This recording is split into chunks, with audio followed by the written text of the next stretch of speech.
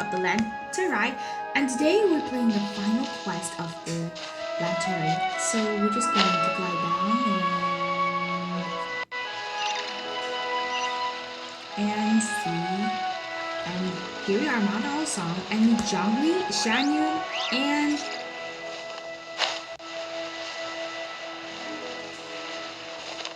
Xiao. There you are.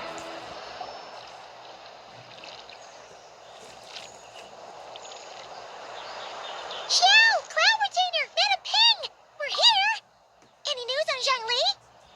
Wait, are we missing two Adepti? Well, Shenyun banned Mountain Shaper from Mount Outsong for 3 days. Oh, then what about Mooncarver? The scheme to plant mint in one's abode was one those two fools devised together. And when it comes to punishment, one does not discriminate. His banishment ends in 3 days as well. Wow, that's pretty harsh, Cloud Retainer. Let's get down to business. We have news for Rex Lapis. Huh? Isn't that... Zhangli's power? Yes, Rex Lapis's geopillar. It descended from on high this morning. He must have sent it for a reason, but it does not respond to our touch. So, what does it mean? Is he in trouble? Not necessarily. It could be a message only a specific person is meant to receive. Traveler, you alone spoke to Rex Lapis before he left. Oh, so it must be for the Traveler. Give it a try. Touch the pillar.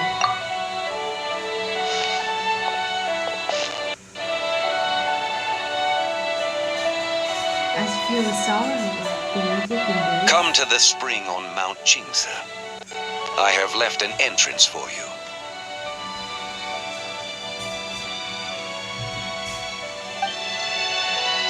Well,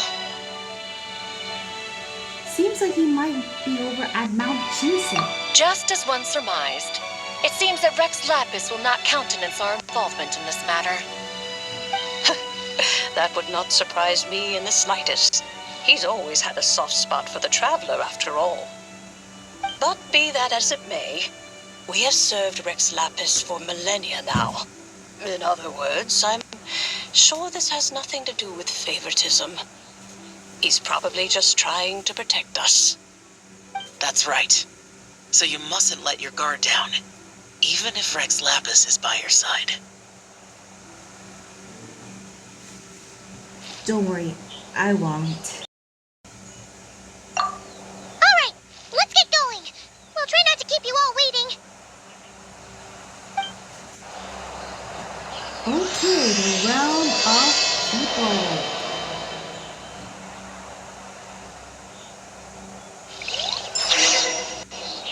Okay, next up.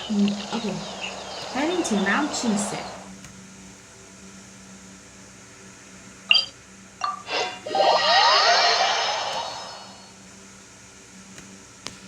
Ah! More!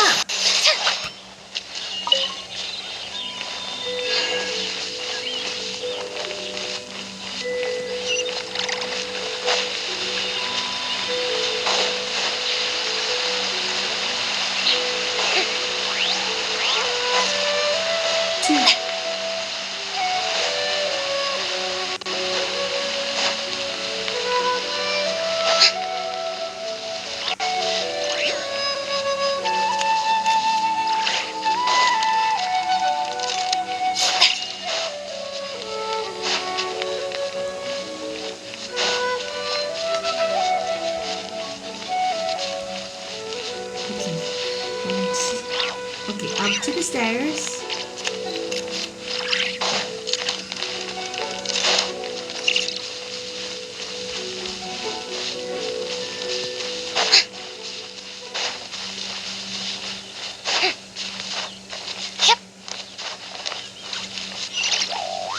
Ooh, there's some amber rocks.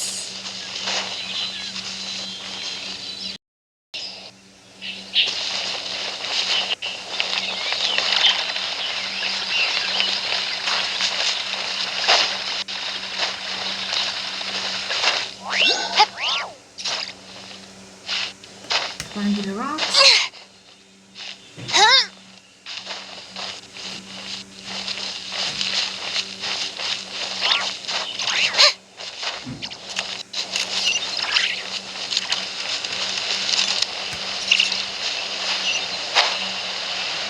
Keep your eyes peeled. It should be around here somewhere. Hey, it's right through the waterfall.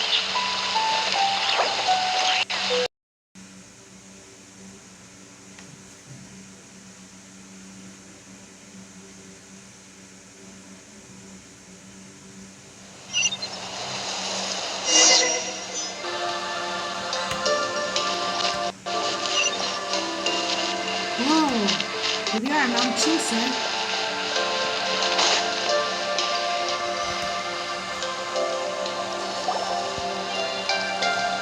Who could have imagined that the once mighty Geo Archon might end up so, sitting on a humble stool in the woods, quietly weaving moon lanterns? You really do look like an old man now. Lady This Zebai? is a Shao lantern, not a moon lantern. In ages past, when the gods waged war and the world was in turmoil, these lanterns were lit to guide fallen warriors back to their homes.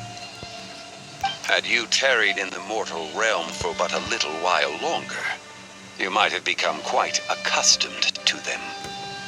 Even so, it bears such a striking resemblance to the moon lanterns they used to offer up to the heavens. Could this truly be mere coincidence? Perhaps in some sense it is, yet in another it isn't. For instance, who is to say that some of Langan's magnificent jade did not become part of the very foundations upon which Liyue Harbor now stands? It is conceivable that this ritual was transmitted in such a manner too. Now, let's not let ourselves get carried away. For all its splendor, do not forget that, in the end, even Langan could not escape its heaven-sent fate. Alas, it is just a pity that the little creatures of this world may never again lift their eyes to the moon, even should misfortune befall them. But you, Geo-Lord, now that you rule this realm, why take the trouble, not to mention the risk, to visit one who bears such profound guilt as I? Are you not afraid that you might be sullied by the curse of time that was laid upon me? There is no risk to speak of. At least, not in comparison to that which you took when you defied the heavens all that time ago. As I have stated, time and again, it was not I who defied the heavens. Geo-Lord, the ancient affairs of Langan have nothing to do with me, for I am but one of her deadly selves, severed before her demise. My name is not Zebai, but Zichao. Surely you did not take us for one and the same solely on the basis that we may all assume the form of white horses? Sorry to break it to you, but you seem to have found yourself the wrong white horse. Anyway, do tell me, what urgent matter brings you here? Very well then. I have come to ask for Zebai's shade. Oh? So, the Geo-Lord has set his sights upon Zebai's human soul. And what is it that you intend to do with it? The world outside is changing. With the new moon's birth, the confines of the shadow moon are gradually disintegrating. In other words, the heavenly soul is set to return. Consequently, strange phenomena have manifested within Langan's former domain, leading to the earthly soul's reappearance as well. The last of the trio, the human soul, is in your possession. Most intriguing. My intention is to gather all three together, so that an old friend may finally make her return. I must admit, it seems that some remarkable affairs are coming to pass in the outside world. Yet there is one thing you seem to have overlooked, Lord of Geo. Back in the day, it was you that freed me from that painting. And afterwards, I took up arms in your name. Together we first subdued Chenyu Vale, then brought peace to Mount Chingsa. It was for this cause that the contract between us was made. But now that the debt has been repaid, what cause have you to expect my aid? Zebai and I have long been friends. Given not only that you were manifested from a corrupt desire within her divine form, but that you also possess a fragment of her soul, how can you purport to be the wrong White Horse? I think you'll find that we are now as separate and distinct as any two beings ever were. What once shone with radiant purity has long become dust. What you see is no longer what it was. Oh, great Lord of Geo. Should this still be unclear to you, I bid you take your leave. It seems that the fault lies in my own lack of consideration. As you wish. I shall let this matter rest. Wait! One moment, if you will. Should this not be your opportunity to propose a new contract? The part where you make me an offer I simply couldn't refuse? Even those puny mortals know how to haggle when striking their bargains. Should you, the famed god of contracts, not likewise strive for success through negotiation? Come now, enough of the posturing. It's time to name your price. Very well. I had, in truth, prepared a new contract for your consideration. I knew you would not come before me unprepared. Yet, you should know that I want for nothing, for I live in the mountains, carefree and untroubled. Occasionally, I even find sport in teasing the mortals who stumble into my presence. Then why persist in telling them those ancient stories? I speak of what transpired before the sky collapsed and the earth sank into itself. That is merely my way of passing the time. And what of it? Would any believe, much less remember, the ramblings of a mountain hermit? Those tales have long since spread throughout the mortal realm. Who? Should my words prove insufficient, I invite you to see the world for yourself. To this end, I have found you a pair of trusty guides. The Lantern Rite is presently underway in Liyue, and should prove quite intriguing for you. So this, then, is the contract you have prepared for me? Indeed it is. Think of it as a contract for a one-day festive excursion. Surely you do not hope to offer this in exchange for Tsubai's shade. The foundation of my very existence for a little excursion seems a little steep, wouldn't you say? Why not see for yourself? You can always decide afterwards. The final determination, of course, shall rest with you. Is that so? Then perhaps this deal might not be entirely off the table after all. Where then are these guides of which you speak? Hey, it's Zhangli! Oh, we've been looking for you everywhere. We thought you might have gone missing. And this is... You're here. So these are my guides. Well, well. They certainly look the part, I'll give you that. Guys? Oh, you poor innocent little creatures. The benevolent Lord of Geo has soaked you to me, which means that for the rest of this day, you belong to me. Sold us to you? Just what have you gotten us into, Zhangli? The situation is not quite as dire as that would sound. I ask only that you accompany my Adeptus friend on a tour of Liyue. You'll help us after that? I would suspect that depends on how well you entertain me. Entertain you? Where would you like us to take you? Let us start with this Liyue harbor of which I have heard so much. Nowhere is quite so fascinating as a place teeming with little mortals. How come this Adeptus sounds so different from what Paimon imagined? Let's just play this by ear. Okay, we'll take care of it. Get ready to find out why they call Paimon the best travel guide in all of Tibet.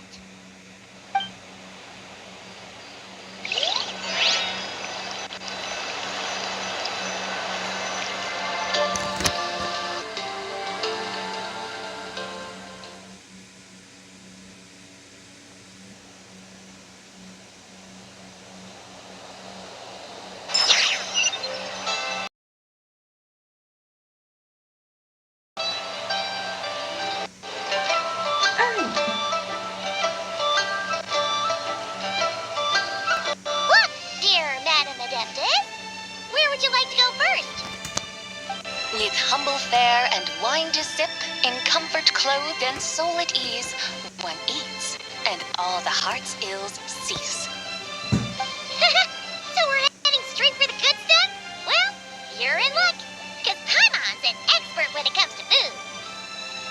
There are two main cooking styles in Liyue. Li cuisine, which is all about mountain delicacies, and Yue cuisine, which is centered on seafood. The most famous restaurants are Liuli Pavilion and Shinyue Kiosk. Oh, now Paimon's starting to drool. Yes, sir. Only option is to go try them both. 2 meals back to back. Both sound like excellent options to me. Are these the kind of establishments that most people might visit on a regular basis? Not exactly.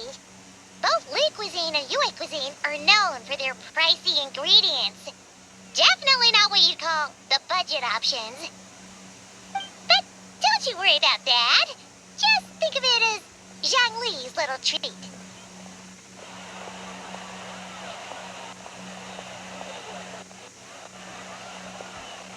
Kinda putting her towel in a tough spot here, Paimon.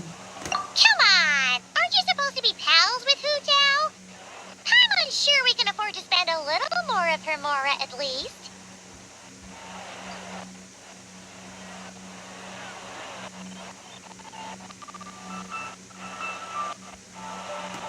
Just looking for an excuse to gorge yourself at someone else's expense, John. Hey! All Paimon wants is to provide our Adeptus with the best possible experience here. Don't you want that too? Both certainly sound like worthy choices. Just now, though, I happened to see a porter pass this way. Where might individuals like him go to eat? A hungry porter, huh? Oh! Paimon knows just the place! One restaurant? Yep. Nothing fancy schmancy there. Just tasty dishes made with simple ingredients in a variety of different styles. Most importantly, it's great value for money, too. No wonder everyone loves it, huh? Oh, and the owner happens to be a good friend of ours, too. One mean restaurant. Yes, even the name itself feels lively and down to earth. All right, let's make it our first stop. Yippee! That's a great choice, too. Alrighty, let's head over there right away. Paimon can't wait to dig in. Wamin Restaurant, here we come.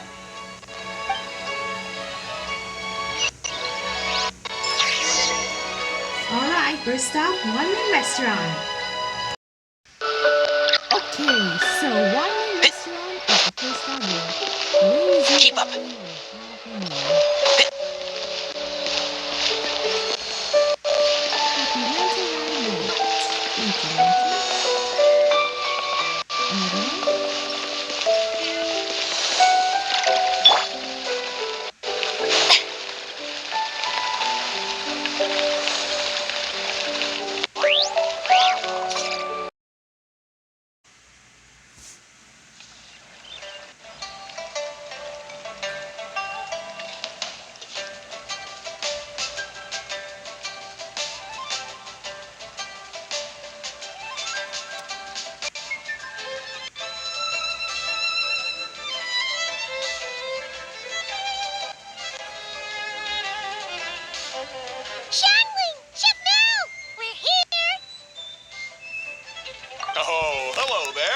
What a surprise to see you two. Welcome, welcome.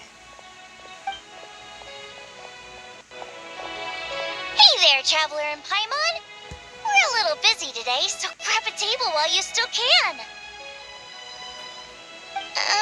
But I don't think I've met this lady before. Is she a new friend? You could say that.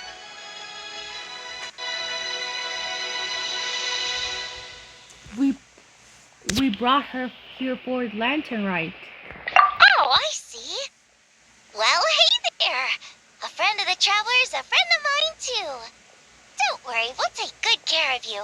Just order whatever you want. It's on the house. By the way, I'm Zhangling. I cook here at Wanmin Restaurant. What's your name? Miss Xiangling, have you ever heard of the White Horse Adeptus? Of course. What about her? I am her, and she is me. Huh? You mean you're an Adeptus? Oh, you young'uns crack me up. Come on, Xiangling. You've got to keep up with the times. Haven't you heard of cosplay? It's like a role-playing game where you dress up as famous characters and pretend to be them. Seriously, it's all the rage, and it looks like this young lady is quite the expert. Your friends sure keep their fingers on the pulse, huh, Traveler? Wow, Dad. Didn't know you were so tuned in. But how come I haven't heard about it? You gotta listen to our customers. Didn't I tell you to spend less time chasing after wild vegetables and more time making friends? You're even more out of touch than I am. Hey, I like making friends too. Isn't that what I'm doing right now? Anyway, even if it is just a costume, is it alright if I still call you White Horse Adeptus? Of course it's all right, because that's exactly who I am. Okay. I can see you're really committed to the role. How about I call you the real White Horse Adeptus instead? In that case, you can call Paimon the real Traveler. Guess that makes me the real Paimon.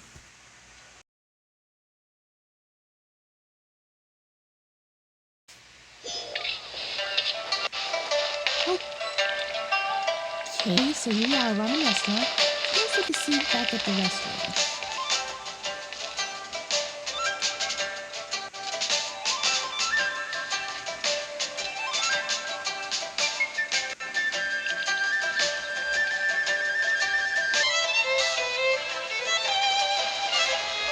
Hello.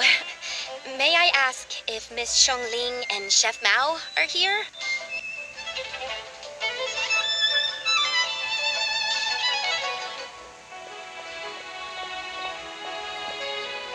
Yeah, they're just over there. Wait a sec. Aren't you? Lu Shangshang?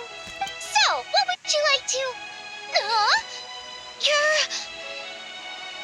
Hello, Miss Xiangling.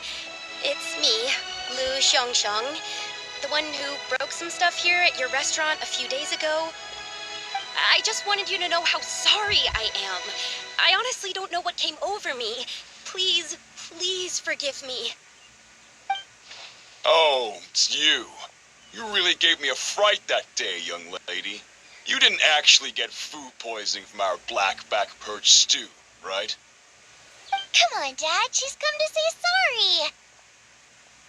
It's all right, Miss Lou. You must have been feeling a bit off that day. You're looking so much better now, though. Why don't you grab a table, too? This one's on the house. No, I couldn't possibly. Hey, it's totally okay. We all feel under the weather sometimes, especially when we're away from home. Go on, find yourself a...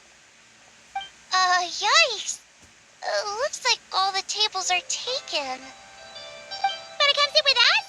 We've got an extra seat over here.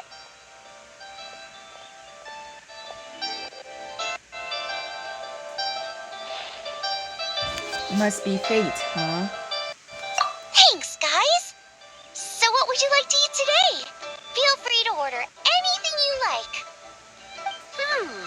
I should very much like to sample your renowned poisonous blackback perch stew.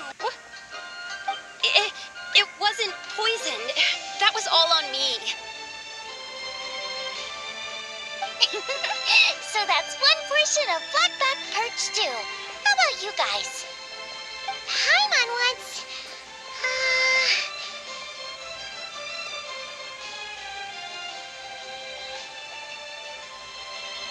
Sit on the house. Why don't you choose for us?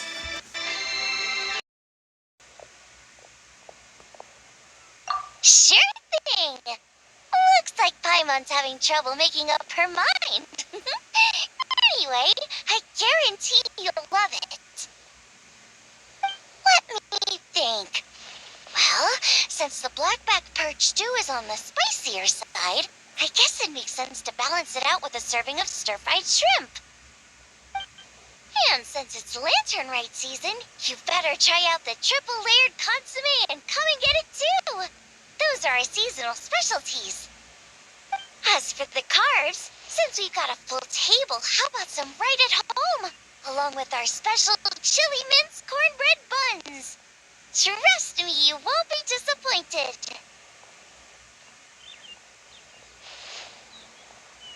Then for dessert, I'll whip you up some Lucky Snow Delight. I just came up with it a few days ago, and I can't wait for you to try it. Wow! Sounds like quite the feast. Looks like Paimon's in luck today. Am I the only one who thinks that's way too much? Not at all. Don't worry, I know what I'm doing. And to top it all off, our star dish, Adeptus Temptation.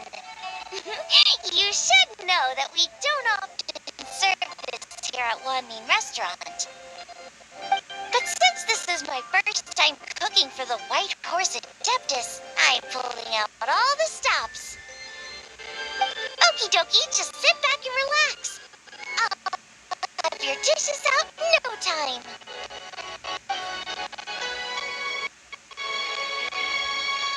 Hold on. Did I just hear Miss Xiangling mention the White Horse Adeptus? You did indeed, and you're looking right at her. That's a joke, by the way. She's cosplaying. Oh, I see. Phew. Almost believed you there for a moment. Tell me, little one, what business might you have with the White Horse Adeptus? It's a long story. Basically, a while back, I took part in an archaeological dig over at the chasm. While we were there, we discovered a number of relics. Our findings show that they date back to the era of Long Gone, an ancient nation whose people are said to have been the ancestors of some of the modern-day inhabitants of Chenyu Vale. And why might such matters concern the White Horse Adeptus? Because some of those relics not only seem to contain textual references to her, but even depictions of what she looked like. There have long been legends claiming that the White Horse Adeptus was a deity of that era, but there are plenty of other theories out there too. If I could just locate some more detailed records, I'm sure we'd be able to find out so much more. So you're into history? Well, to tell you the truth, I actually joined the archaeological team by sheer accident. But once I'd started down this path, I knew that I wanted to make something of myself. Recently, though, things seem to have taken a turn for the worse. I still can't believe I caused such a mess and even ended up hurting someone. Oh, so you're considering becoming a martial artist now instead? No, I mean, they weren't seriously hurt. It was just a few scratches, and they let it go after my mother compensated them. You know, that really wasn't your fault.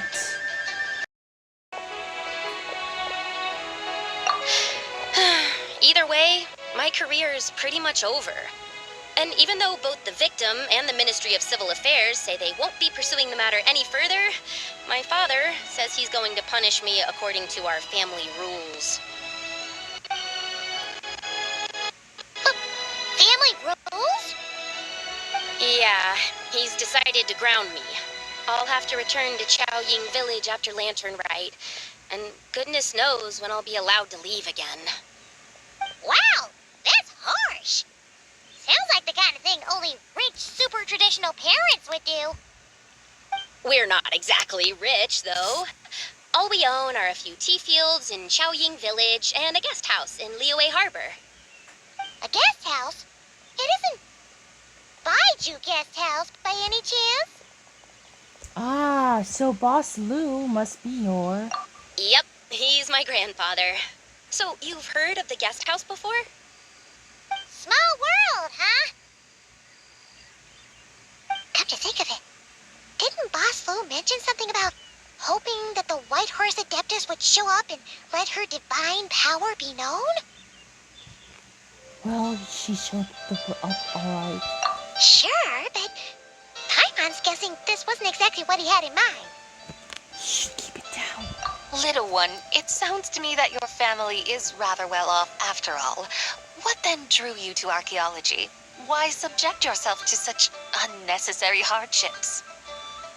Even if I stayed at home, there's no guarantee I'd lead a nice, easy life. Just look at my father. Recently, my grandfather put him in charge of the guest house, and he came up with a bunch of ideas right away, starting with changing its name. That didn't turn out well, though. My grandfather yelled at him for days, even calling him a bad son, and they still haven't let it go. Oh, Paimon thinks we might have heard about that too. Long story short, being dependent on others is never fun. You just end up being completely under their thumb. That's why I want to make it on my own out here, no matter how hard it is. After all, as the saying goes, to rise above others, one must endure the hardest of hardships. What's so funny about that? You poor, innocent little creatures never fail to amuse me. To think you would endure all manner of hardships in your brief time on this mortal plane, and all that merely to rise above others. I would have thought that the wiser path would be to simply roam this world as I do. Huh? Tell me, what is it that you truly delight in? Archaeology? Martial arts? Tea planting? Or perhaps the keeping of a guest house? What I delight in? Yes!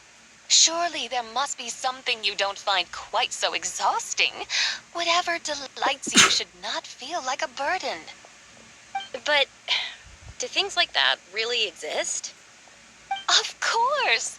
Take Miss Xiangling, for instance. I defy you to detect even a hint of hardship on her face when she wields her walking spatula.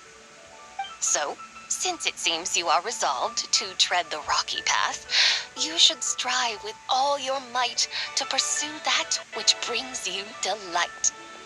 You mean, like cosplay?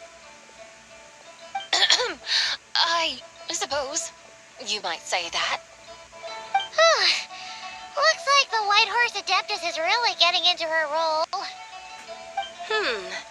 I think I get what you mean then. Maybe I should have a chat with Miss Xiangling before I head home.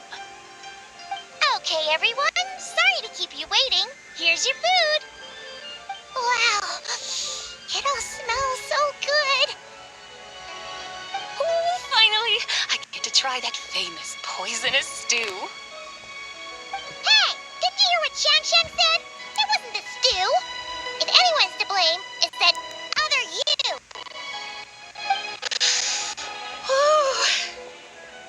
What's up? How fiercely this mortal fare burns upon the tongue!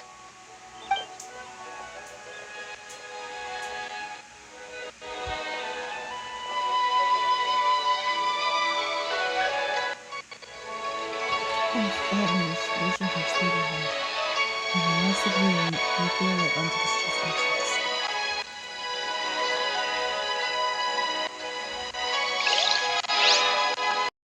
Two now. Time, I think, to seek out some diversion. Well satisfying, as poisonous to ghosts. So where to now? Time, I think, to seek out some diversion. Oh, there's plenty of entertainment options in Liyue. Paimon will tell you that. The locals like to drink tea, walk their pets, play chess, watch operas, attend storytelling performances. Storytelling performances? You know, like listening to people telling stories. They're usually based on old Liyue legends, just like their operas. Stuff like the divine damsel of devastation, through the eyes of a dragon, or the sanctification of Tao Do. What about the story of the bright moon that sits in the sky above us? Oh, Paimon doesn't think she's heard that one. Still, the moon does come up quite a lot. It's even in the name itself. The Yue in Liyue actually means moon. Since we're on the subject, you like telling stories yourself, right? Why don't we go check it out? In that case, I'll have to trouble the two of you to lead the way. Awesome! Let's go! Third round knockout, here we come!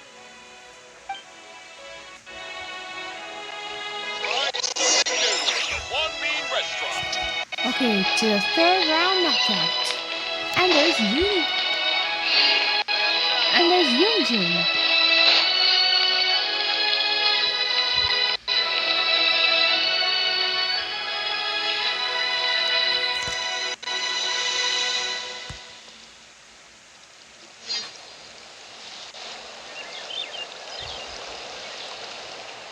What a tongue twister. I'd have made a complete fool of myself if I tried to say it on stage without practicing it first. Huh. Call yourself Iron Tongue Tien. Wobbly Tongue Tien, more like.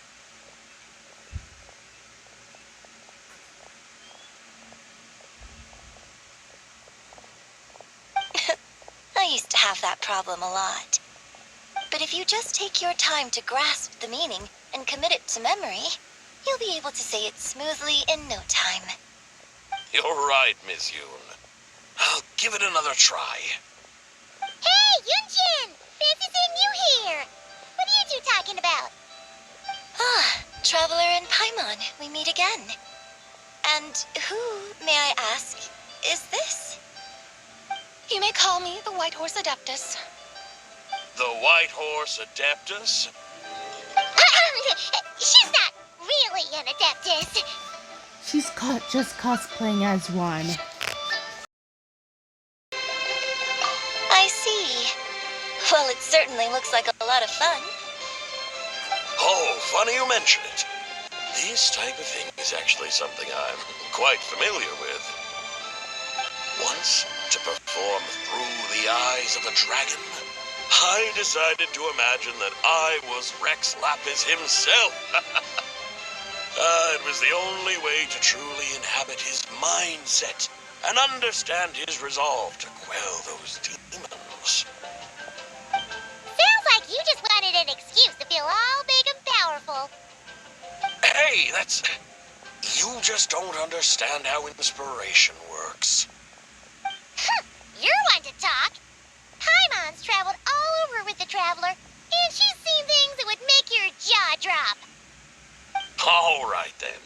Since you claim to be so knowledgeable, why don't you prove it by reciting an ancient poem? An ancient poem? Which one? Ha! See?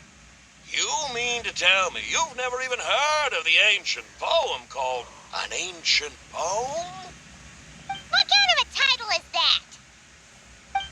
Quit teasing, Paimon. We only just found out about that ourselves. He's talking about the writing on those ancient relics. When we first saw it, we couldn't figure out what it all meant. So in the meantime, we decided to just refer to it as an ancient poem. However, Thanks to the painstaking work of the scholars who were tasked with decoding it, it seems like that's exactly what it was. Or rather, an ode offered in veneration of the moon and the white horse Adeptus. Oh, yeah! Didn't Kuching mention that before? It's got something to do with Longon, right? That is correct. The Ministry of Civil Affairs has issued a notice stating that, although it is true that the moon may disappear tonight, we should be in no danger. In other words, there's nothing to fear. But if you're worried, we can always take a leaf from the Book of the Ancients. By reciting this poem, I mean, and calling for the White Horse Adeptus' aid. If we do that, I'm certain she'll protect our moon and keep us safe. Seriously? Paimon has to get a look at this.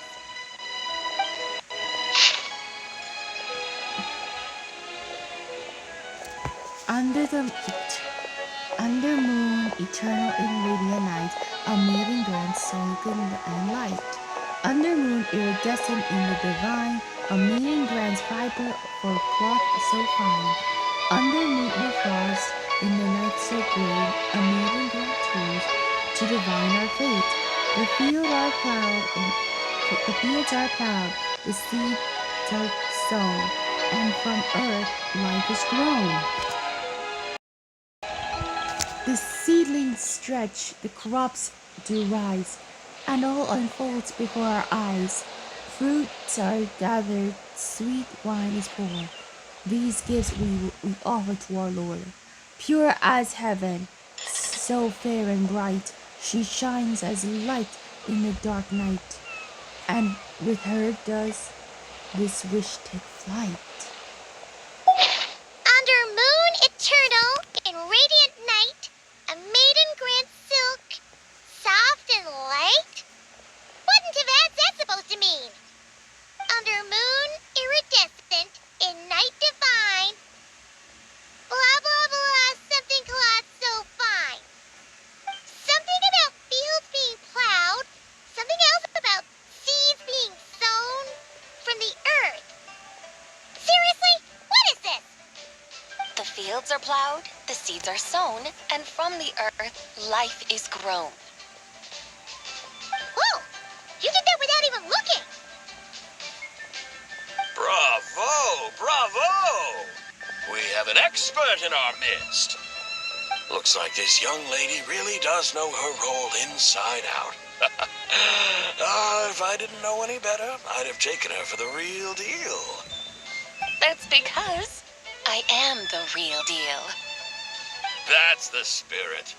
This is exactly the kind of mindset I was talking about. Behold, mortals, I am none other than the indomitable Rex Lapis himself. Kneel before my godly splendor. Believe me, young lady, I know exactly why you do it. Back in the day, I was just like you. I must say you are rather amusing as mortals go. Miss White Horse Adeptus, it is a great pleasure to make your acquaintance today. I have some questions regarding the poem, and I was wondering, perhaps, if you might be able to shed some light on it? You want me to explain the full meaning of its verses? Your guidance would be much appreciated. Fascinating. Tell me, do all the people of Liyue still express such reverence for the ancient ways? Well, it's true that we hold a deep fondness for our history, but it is hardly our only pursuit. One of my good friends, for instance, is even more devoted to the modern Fontanian art of rock and roll. Exactly. And don't forget, great practitioners of the role-playing arts walk among us too. People like me and you, young lady. Yes. So rather than placing too much emphasis on our reverence for the ancient ways, it might be better to say that here in Liyue, 100 passions bloom, each with a voice of its own. I see. Then, I suppose it wouldn't do any harm for me to enlighten you. In truth, it is but a simple poem of blessings. Its meaning is this. As The eternal moon rises in the night sky. A maiden adorned with lustrous jade descends upon the earth. She blesses the kudzu vines and mulberry leaves so that they may be used to make a coarse cloth that is nevertheless soft, light, and comfortable to wear. As the iridescent moon rises in the night sky, a maiden adorned with lustrous jade descends upon the earth. She blesses the kudzu vines and hemp so that they may be used to make fine, luxurious cloth. As the frost moon rises in the night sky, a maiden adorned with lustrous jade descends upon the earth. She blesses the mugwort and artemisia so that they may be perfect for divination. So she really did come down from the moon?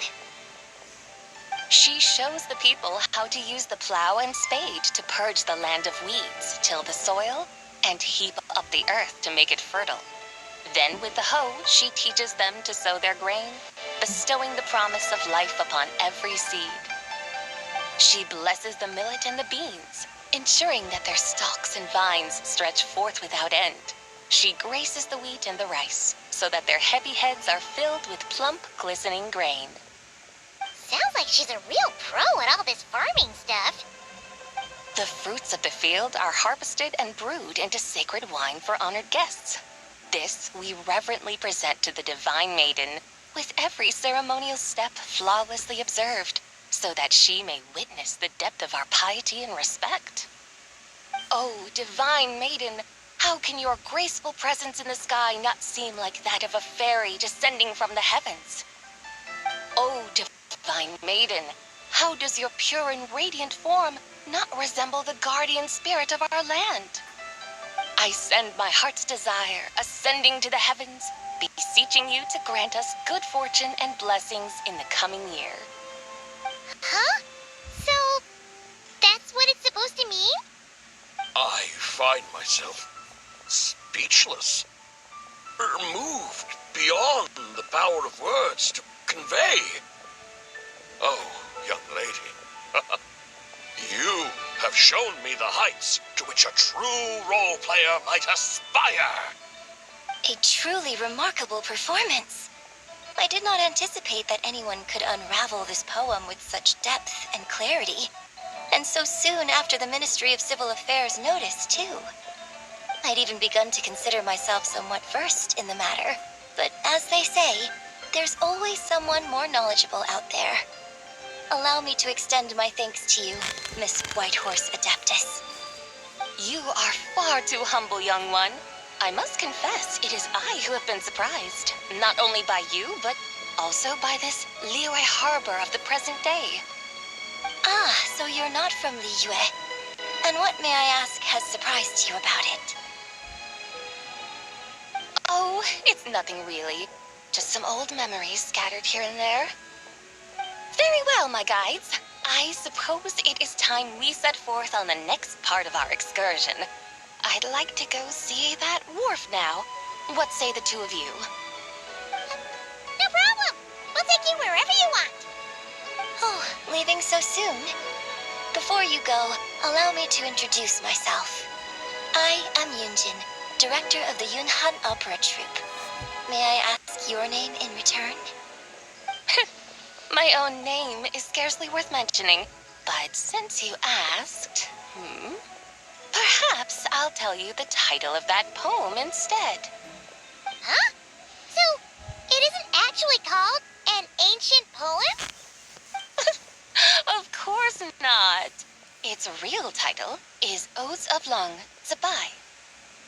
Odes of Long Zabai. All right then, until we meet again.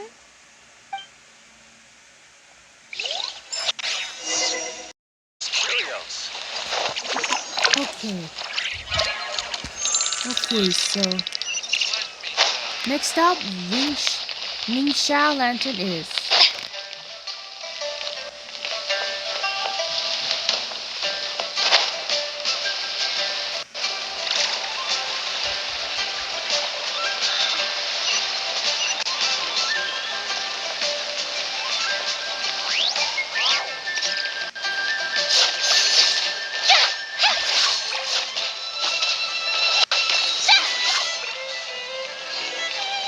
Yep, here we are.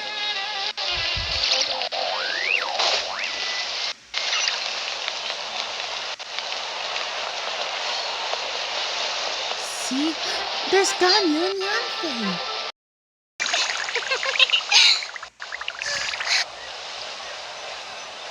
There's Ganyu and Yanfei.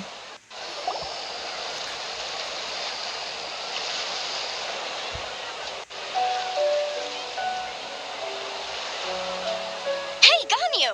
I almost forgot to mention. On my recent trip to Notcry, I came across something really fascinating in the Frost Moon Scion's library. I found records in their collection of another divine envoy living on the moon. A divine envoy on the moon? You don't think it could have been referring to the White Horse Adeptus too, do you? No way to say for sure. Still, the similarities between our legends are intriguing, to say the least. Isn't it amazing? Especially when you consider how far apart we are. It truly is. We might live in different lands, but when we look up at the night sky, we all see the same moon and stars. Right? It's like we're all bound together, no matter where we are. When you think of it like that, it's almost as if our friends from other nations will be right here celebrating with us. Isn't that a wonderful thought? No wonder you were so excited to go see the giant lantern when you first got back. Sounds like you're a real fan of the White Horse Adeptus, huh? I guess you could say that. Just a pity she's so elusive. Even Granny's never met her, you know? Maybe she really is just a legend after all. Hey, Yanfei and Ganyu! Trust, Paimon. The White Horse Adeptus is as real can be. Huh? Oh, look! It's the Traveler and Paimon! Feels like I haven't seen you two in, like, forever. Happy Lantern Rite. It's so good to see you again. Hey, you two. Happy Lantern Rite.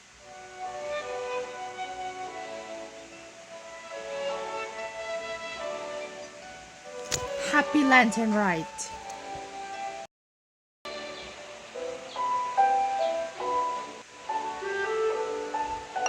Did I hear you right just now, Paimon? Does that mean you've actually seen the White Horse Adeptus? She has indeed. And now, so have you. Huh? And you are? Why, who else? The White Horse Adeptus, of course. Could you maybe start with something else next time? You're the White Horse Adeptus?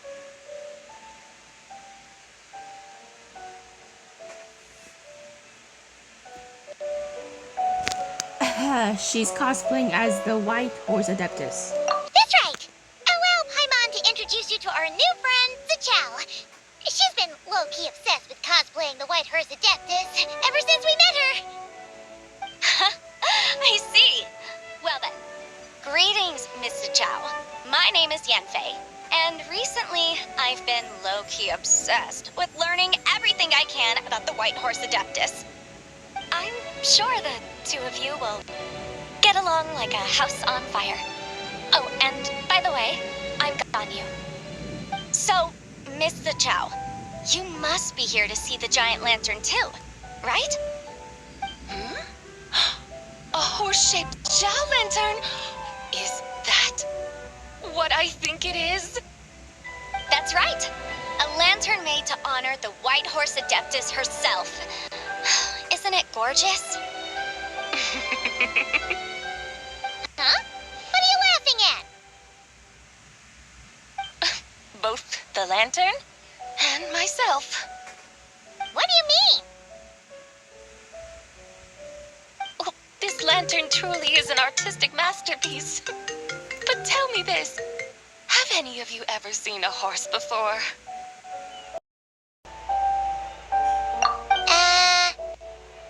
Come to think of it, Paimon can't remember ever actually seeing one herself. What about you, Traveler? Me neither. Oh, this horse appears to be mid-trot. but it has adopted what is called a lateral gait, where the legs on one side of the body move together in unison. A rather rare sight indeed. Just now, I suddenly pictured myself, I mean, the White Horse Adeptus running the same way. The image was so absurd, I could barely contain my mirth. Oh, really? I never knew that. You learn something every day, huh? Oh, come on! It's basically a giant piece of fan art! Who cares if it's different than the original? So, why laugh at yourself? I was merely laughing at my own ignorance. I came here thinking that the White Horse Adeptus's tale had been long forgotten. Yet here I am, gazing upon a lantern made in her honor. Well, you couldn't have been more mistaken. There are so many tales about the White Horse Adeptus, I'm starting to lose count. Just off the top of my head. Just so you know, Yenfei, we've heard it all like a million times before. Aha! But there's one thing I can guarantee that you haven't. Huh? You mean like a new chapter of her stories come to light? Mm-hmm. And I heard it from Ganyu just yesterday. Hey, why don't you share it with the others? Sure, no problem. Where to begin? Do you guys still remember what Liyue's Moon Chase Festival is about? Of course! It's a festival held in honor of the Stove God! That's right. But it took a really long time for the Stove God Festival to become what it is today. In its earliest form, it was actually an adeptal ritual known as the Moon Chase Rite. Paimon remembers Madame Ping mentioning that before, but she never explained exactly what it was. According to Cloud Retainer, the Moon Chase Rite was originally a ritual meant for communicating with the moon. Communicating with the moon? But for what purpose? At first, Cloud Retainer wasn't entirely sure either, as it was always Rex Lapis who performed the ritual. Whoa! Rex Lapis did it himself? Must have been a really important ritual. That's right. Unfortunately, despite numerous attempts, they never actually received any response from the moon, which is why they eventually stopped performing it. But then, just yesterday, Kaching took a picture of the moon being obscured by a dark hole to Cloud Retainer and asked if it had anything to do with the Moon Chase Rite. The moment Cloud Retainer saw it, it suddenly dawned on her that the rite might have been an attempt to reach the White Horse Adeptus all along. Does that mean Zhang Li's been trying to bring back the White Horse Adeptus all this time? So how about that? Bet you never thought there might even be a link between the White Horse Adeptus and the Moon Chase Festival. Not exactly. It's an idea I've considered before. If Kaching hadn't taken that picture to Cloud Retainer, we would never have known any of this. This is probably what Kaching was referring to that day when she mentioned there were some ideas she wanted to follow up on. So, Geo Archon.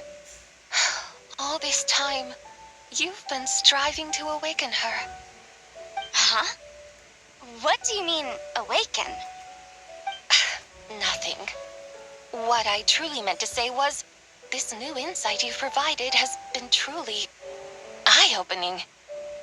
Oh, by the way, my trusty guides, I've been meaning to ask, where in Liyue Harbor might one enjoy an expansive scenic view? Huh? We're off to the next stop already? But Paimon's barely done digesting that lore bomb just now. All the more reason to find the right spot to let it sink in. Oh, so that's what you're up to.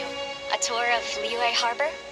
In that case, if you're looking for a spot with a panoramic view, I'd recommend Yujing Terrace. That's a great idea.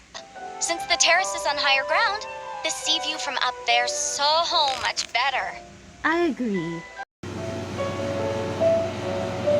I agree. Great! Well, the lantern ride's about to start, so we should get back to Granny's now. Hope to see you all at the festival tonight. Oh, you're off too? All right then. See you both soon. See you soon!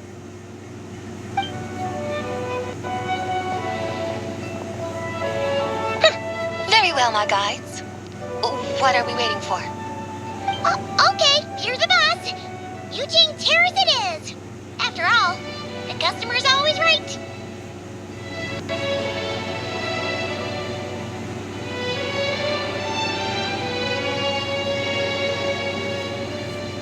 Hold on a second. Something else you needed to do?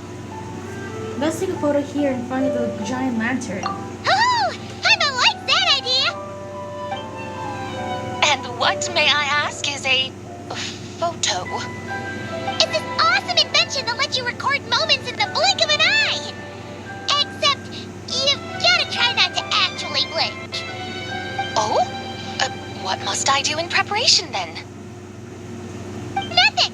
All you gotta do is choose a pose. The Traveler will handle everything else.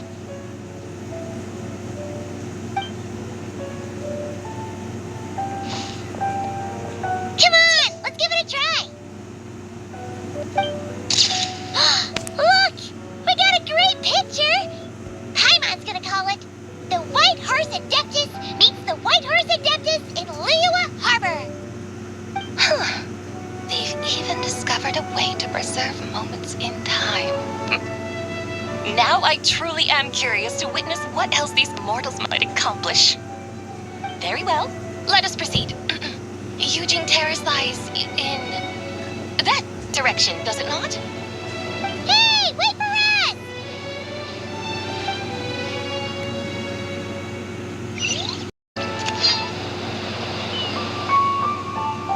Truly a marvelous view if ever there was one.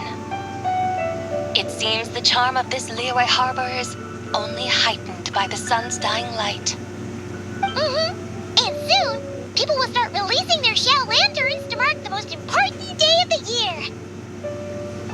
Practically everyone will be with their friends and family, eating a big meal, chatting, and even setting off fireworks. Trust Paimon, it'll look even more amazing then. What do you say? Want to stay to see that? No need. Let us bring this weary day to a close.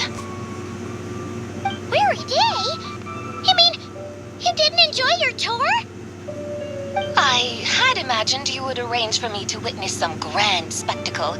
Perhaps the descent of divine beings, the manifestation of the sacred before mortal eyes, or the appearance of a selfless hero come to aid the helpless and downtrodden. Or, should that not come to pass, then at the very least spend a little more coin. For that, it seems, is how one finds true enjoyment. Alas, but there was none of these. Instead, we merely filled our bellies, listened to tales, and gazed upon a crude imitation of my likeness. And now the sun begins its descent. What a day of quiet tedium. Well, we're so sorry. If we'd known that was what you wanted, we'd have done it all differently. It's all that Zhang Li's fault for not making the customer's requirements clear. Well, it's too late now. Do you still believe I would part with that soul fragment, now so intertwined with my very being? But Quit scaring Paimon already. I knew you were the more astute of the pair.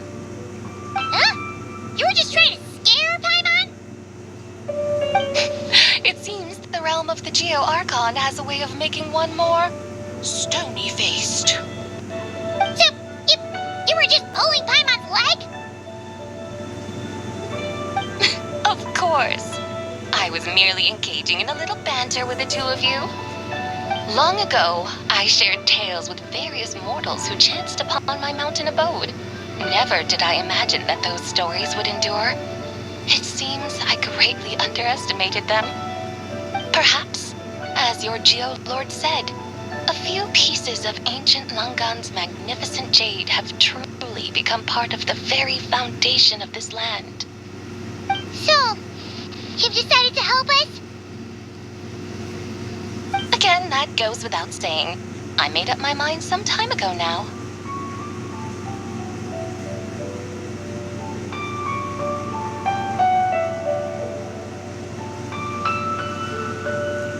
And when was that exactly? When I beheld a rather intriguing scene as I set foot in this city. I saw porters passing through the alleys, setting down heavy wooden crates from their weary shoulders.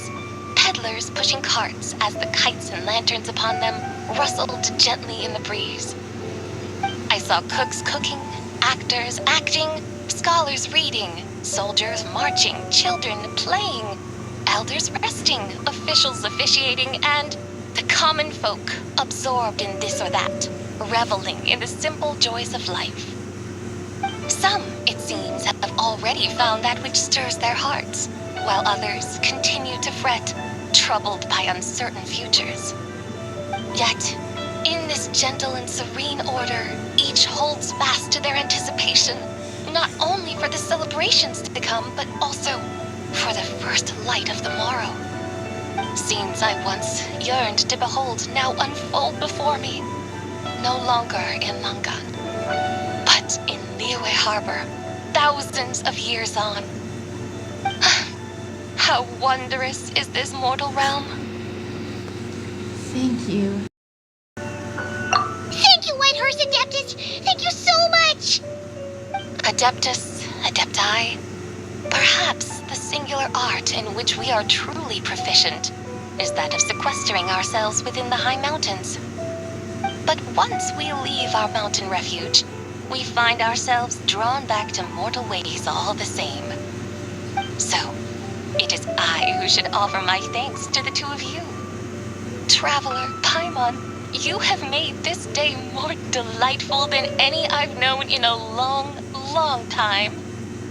Come now, and take what it is you need. You mean, like, right now? But don't you think we should wait for Zhangli? That won't be necessary. All things shall meet again in their time, for the waters know no rest, and the flowers their appointed season. One need not fear that life is but a journey of goodbyes.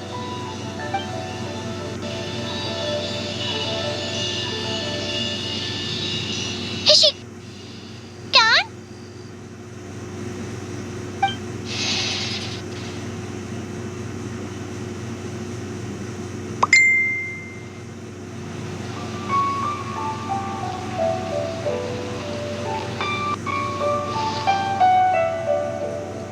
Yes, she's gone. A deadly self is formed from the body's impure vapors, so naturally it cannot survive long in this world. Had it not been sustained by the remnant of Zibai's soul, it would have faded away a long time past. Now that the remnant is gone, it has severed its ties to the mortal world. Zhangli! When did you get here? A while ago. Paimon would have thought you'd at least want to say goodbye.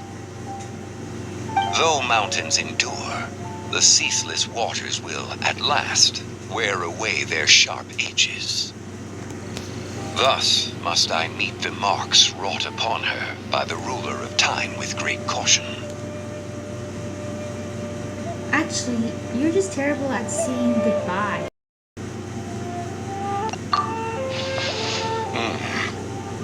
It may be goodbye for now, but someday we will meet again. Really? And when might that be? Who can say for sure? Years and years from now, perhaps. Or maybe tonight, at the Lantern Rite. Are you saying that if the Whitehurst Adeptus were to be resurrected, she'd still have the memories of the three deadly selves? That she'd still remember us? We will find out soon enough.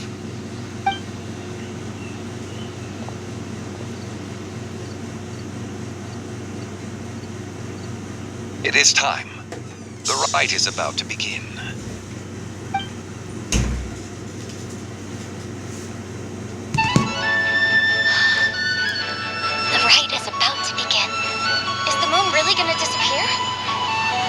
Got your lanterns ready, everyone? All set. Might be about time to put eyes to the sky. Wouldn't you say, Tianjuan? Look!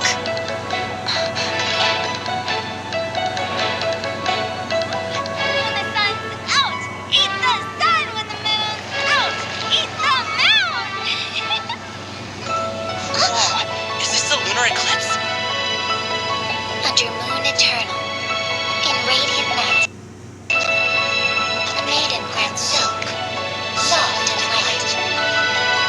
Under moon iridescent, in night divine, a maiden wears light, glorious so fine.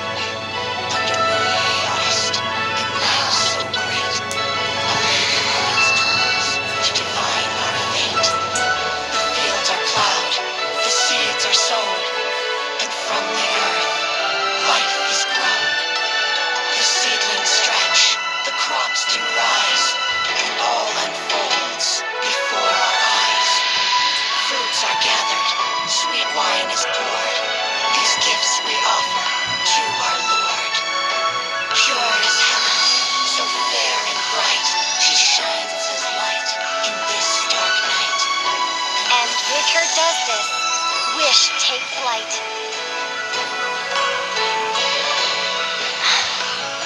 Devoted soul, scattered and unbound, let this lantern guide you home. By its light be found.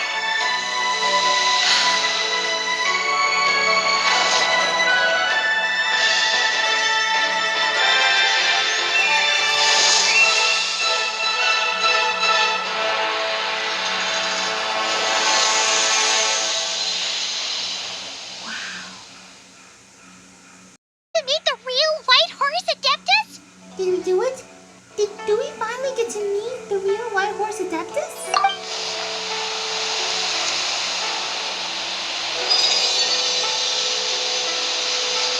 Lady Z-Bard! Is that you?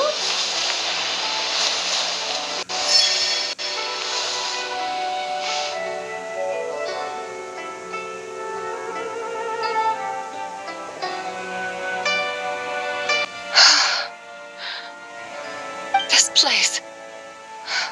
Where am I? A familiar land, now known by the name of Liyue. Liyue? The peaks adorn the clouded moon. Then, who might you be? Oh no! She seems to have lost all her memories after all. And those countless lights in the sky, what are they? These lights, each like a dwelling in glad accord, usher in this day of joyous rebirth. And whose rebirth might that be? That of my old friend, Zabai. Zabai? Yeah, that's you! Don't you remember anything at all?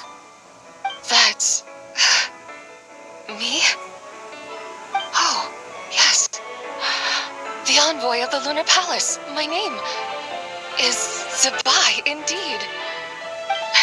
Then you must be... the Lord of Geo, Heaven's Star.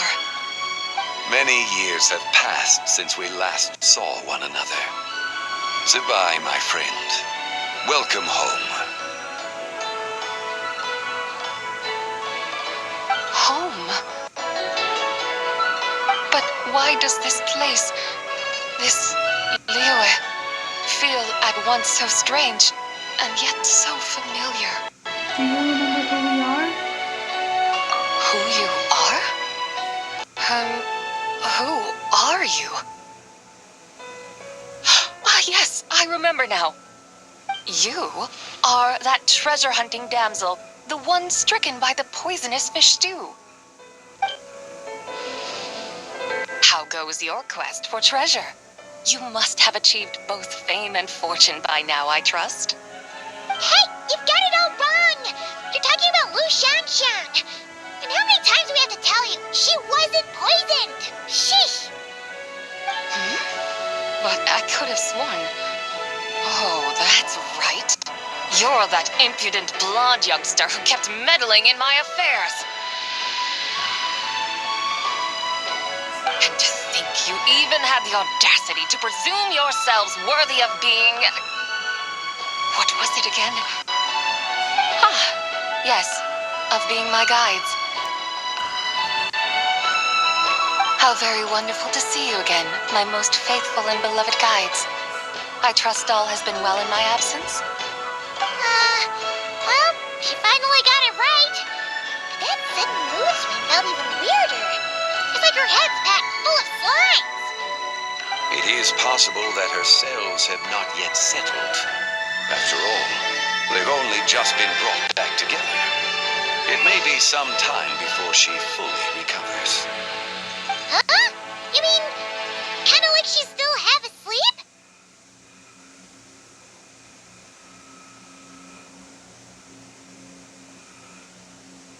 So how long will it take for her to fully recover? That I cannot say for certain. Perhaps a few days. Perhaps a few years. A few years? Mortal years are but a poor measure when divine beings tread the realm of dreams.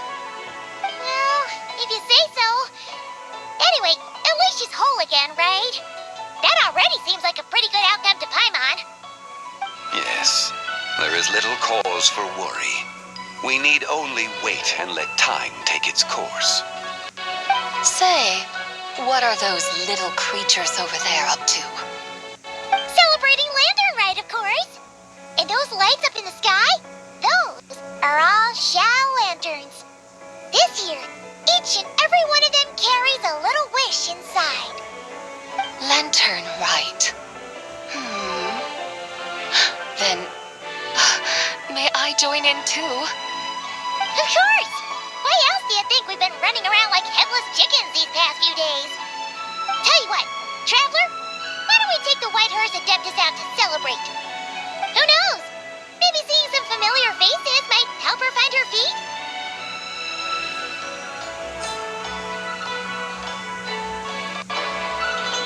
Let's do that. Hey, Xiangli! You've got some time on your hands now, right? Why don't you come along with us? By no means a bad idea, Paimon. Oh, and Sabai, before Paimon forgets, when we meet the others later, remember to wish them a happy Lantern Rite. Happy, Lantern Rite? Happy Lantern Rite! Yes, Happy Lantern Rite indeed. Well then, let's go!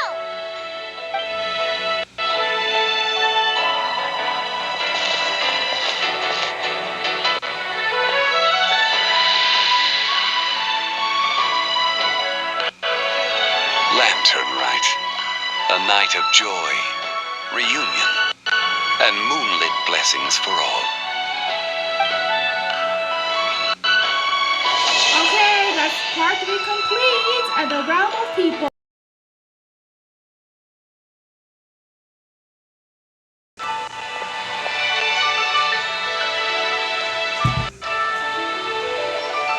Looks like Charlie hasn't stopped by for tea today.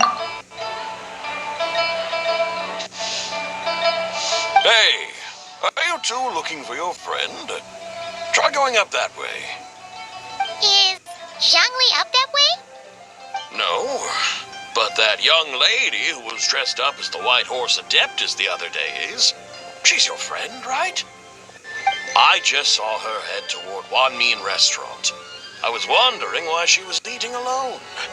But then you two showed up hot on her heels. Oh, what luck! We were just on our way to find her.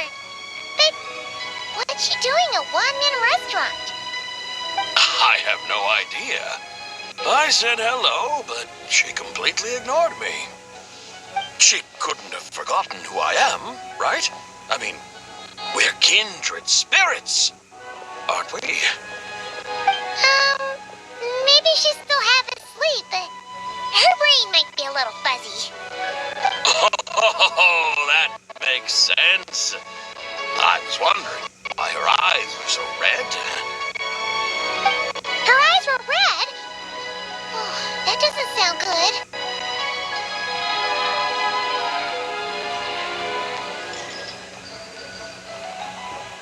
We need to find out what's happening.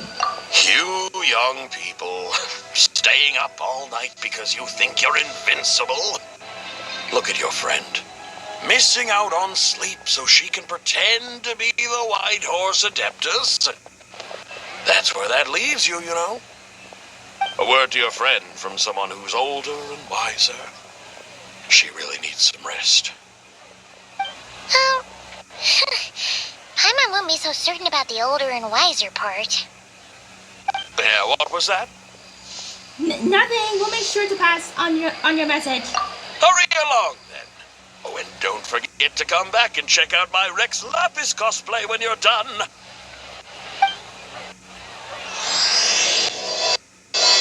epoliogue has started.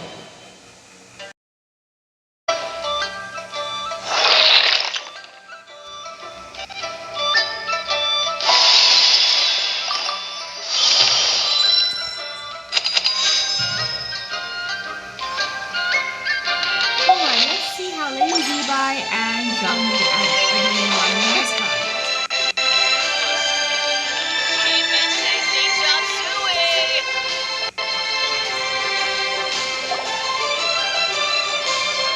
Where's the proprietor? Come out and see me at once! Lady Zibai? Xiangling and Chef Mao aren't here right now. What can I help you with? And who might you be? My name is Shenhe. I work here at Wanmin Restaurant.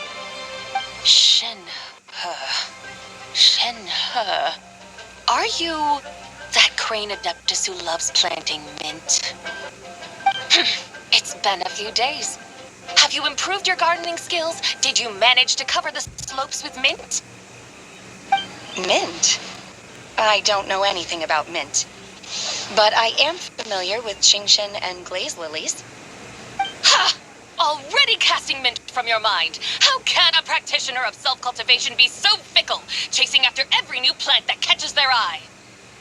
I'm not sure I get what you mean. Are you delirious from hunger? Would you like something to eat? Shenhe! White Horse Zibai! So this is where everyone is!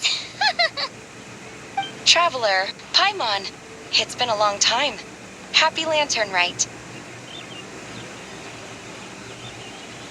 Happy Lantern Rite, Shenhe. Is this customer a friend of yours? I guess you could say that. Don't mind her, Shenhe. She's just a little cranky because, she didn't sleep well last night and she's only just woken up. Look how red her eyes are. I see. In that case, Miss Zibai, I have a tonic here infused with Qingshen. It's cool and soothing when applied to the eyes. Would you like to try a few drops? Stop right there! Who are you two noisy children? Hey, have you forgotten about us already? Where are your guides? Guides. Yes, I seem to recall something about some guides. Ah, yes, now I remember. What luck! I was just looking for someone to show me the way to Elong Wharf. Huh, is she starting to come around? Why do you want to go to Yilong Wharf? Someone requested my help in purchasing some tea leaves. I was informed they have discounted prices during the festival and that I shall get a good deal there. Tea leaves? This sounds like Zhongli's doing. He sure knows how to get people running errands for him. Has Zhongli started buying discounted tea? Your friend Rex Zhongli initially requested the most expensive tea, but then a young lady in a hexagram hat mentioned he burned through the Wangsheng funeral parlor's yearly expenses at an exhibition a few days ago. As such, he is only permitted to buy items that are discounted this month. Oh, that's his boss, Hu Tao. Is It's about time she realized the problem and put a stop to his spending sprees. Oh, I see. So that's why you're here. Unfortunately, Wanmin Restaurant doesn't sell tea leaves. If you're truly in need, I could gather some wild tea from the mountain slopes. You don't sell tea leaves? But I remember your boss, Miss Lou, saying that she owns tea fields. You really should get some rest. The person you're talking about isn't the boss of Wyman Restaurant. She's just like you. She came here to eat. Is that so? Life really is full of surprises. What surprises? Your brain really is as gooey as a pack of slimes. Paimon can't believe Zhongli entrusted you with going all the way to Yilong Wharf and buying tea.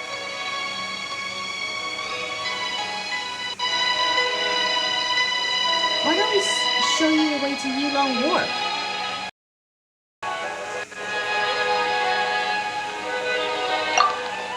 That would be excellent, my dutiful guides. Ah, yes, Miss Crane. I apologize profusely for my improper behavior just now. Please forgive me. I completely understand. Master often says that the human body is like a mechanism in need of regular maintenance. When a person cannot rest at night, they are sure to become irritable and on edge. Miss Crane, you appear reasoned and compassionate on the surface, yet I sense dark forces churning within your spiritual core. Those red ropes you wear are what bind them. Am I correct? Oh, you can sense that? Indeed. I also sense that with your strength, you might try undoing one or two of those bonds when training. Untie Shenhe's ropes? Wouldn't that be risky? Though the use of red ropes to bind the soul is a wondrous technique, practitioners must eventually learn to break free from external aids and look within themselves for restraint. Master has told me similar things, but I am not ready yet. Your self-cultivation has progressed far enough. Then I will seek further guidance from my master. If you still have doubts, you can find me at the Baiju Guest House. I'll be taking up residence there for a while.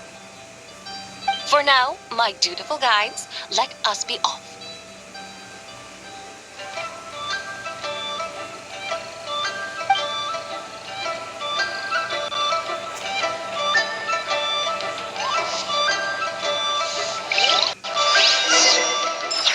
Alright, next stop, Yilong Wharf.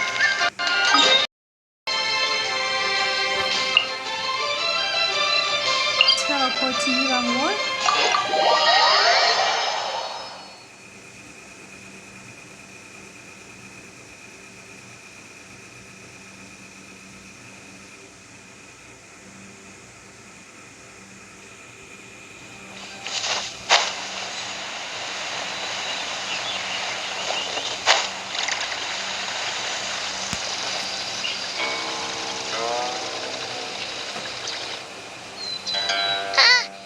Are we going to Yilong Wharf?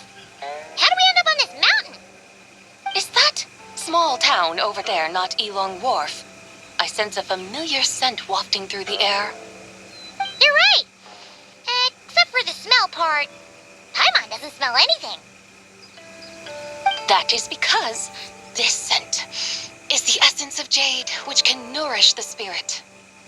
Oh, yeah. Shenyu Vale does have a lot of jade, but Paimon didn't think jade smelled like, anything.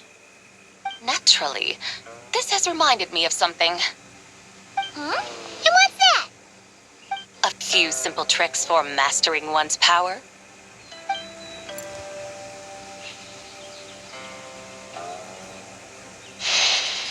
Whoa!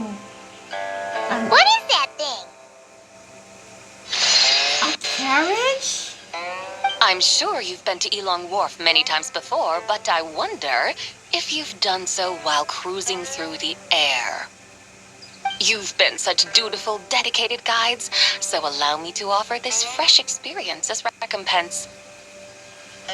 Please step in.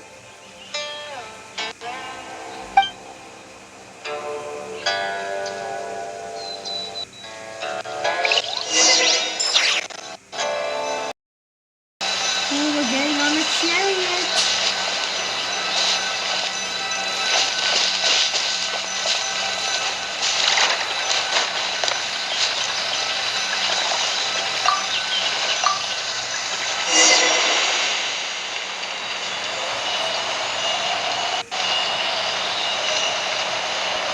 Wow. This is amazing!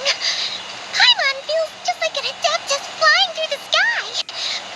What is this thing? I created it from my memories of the chariot of the Lunar Palace.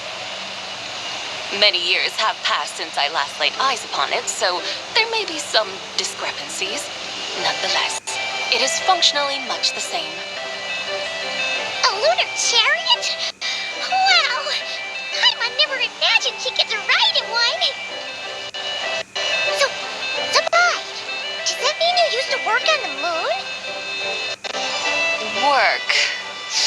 That's an interesting way to phrase it, though I suppose you are correct.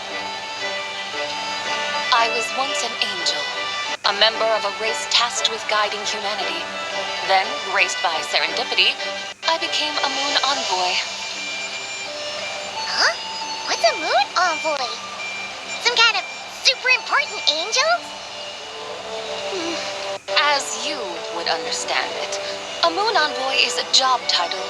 Any angel, or non-angel, can become a moon envoy. Does that mean you're not the only one? Of course not. Though my memories are still hazy, I vaguely remember some of my colleagues.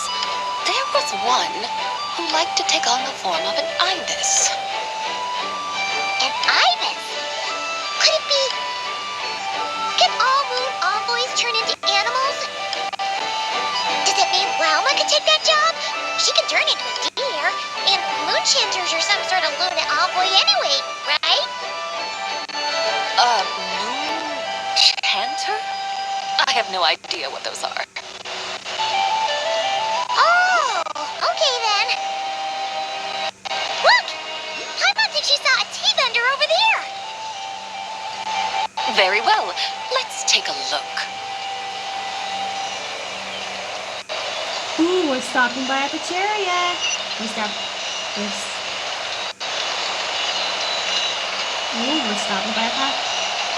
by a gazebo.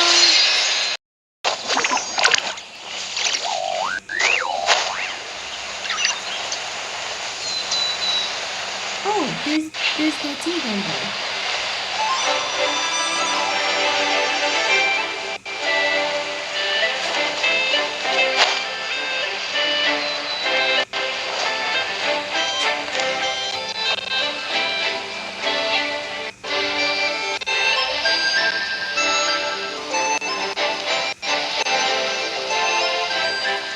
Welcome, please have a look around.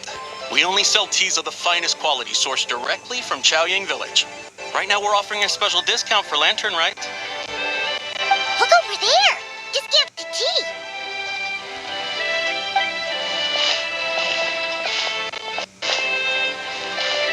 Dear customers, are you looking to purchase some tea leaves?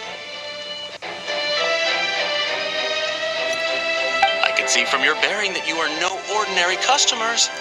My humble shop has some exquisite teas that should satisfy your more refined tastes. We're not here for quality. We're looking for a discount. A discount? Well, that's a coincidence. Our Sungla tea is on sale right now. A special festive offer. Something about the name of that tea sounds familiar to Paimon. Buy 3 boxes of Sungla tea during the festival to get 10% off. Buy 4, get 20% off. Buy 10, but... Buy 10, get 50% off. That's right! 10 boxes at half price. Have you been to our shop before, by any chance? Oh, Paimon's definitely heard this spiel before. 3, 4, 10, 10, 20.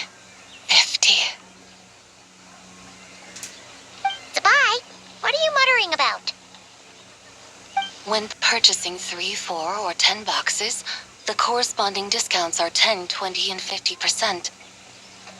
The intervals between the two sets of numbers are 1 and 6, and 10 and 30. Look! Her eyes turned blue! That's gotta be a first. If the differences between intervals remain equal, the interval after 6 should be 6 plus the difference between 6 and 1, which is 11. Similarly, after 30, the next interval should be 50. Therefore, extrapolating upward, the next two numbers in each set should be 21 and 100. You're making Paimon's head spin! Those numbers! What do they mean? They mean that if we buy 21 boxes of Songlok tea, we should get a 100% discount!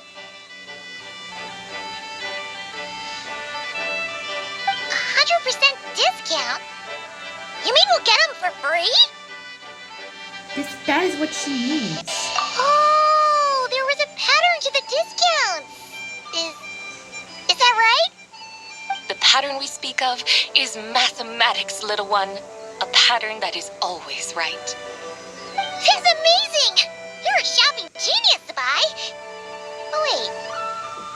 Something feels off here. I had no idea our shop's discounts were tied to the laws of nature. I've learned so much from you, dear customer. No need to thank me. Now, please give us our 21 boxes of free tea. Wait! What's the matter? Paimon just realized what it is that's not right. It took you long enough. We got the short end of the stick! Think about it. If we don't have to pay when buying 21 boxes, then if we buy even more, the vendor should be paying us money instead, right? Huh?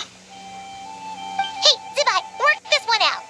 If we buy 100 boxes, we'd make loads of money, wouldn't we? It stands to reason. Wait a moment, dear customers. Don't you think you're haggling a little too hard?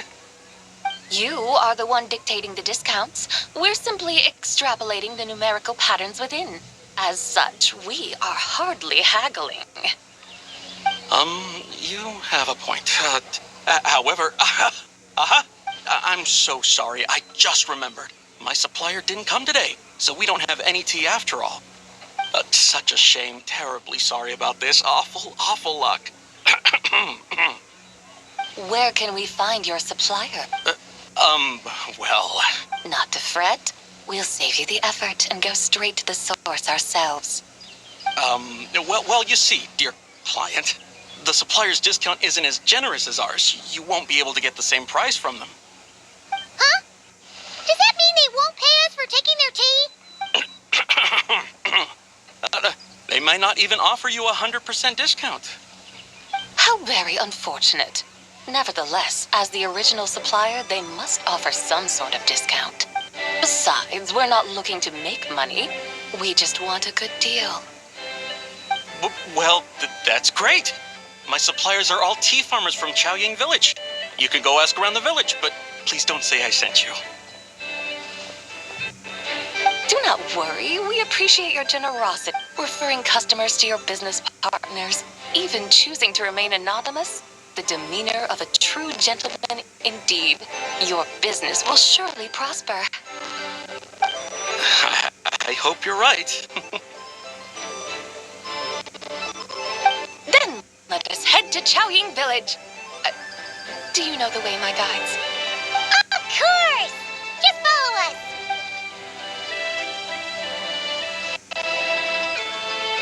To Chaoying Village. What otherworldly beings were those? Thank the heavens I managed to send them on their way. I should hurry home and pray to the White Horse Adeptus. May she bless me such that I never encounter such customers again.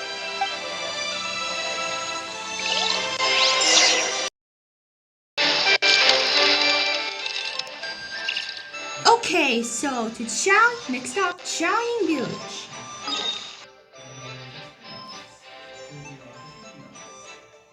Teleport to the Statue of the Seven.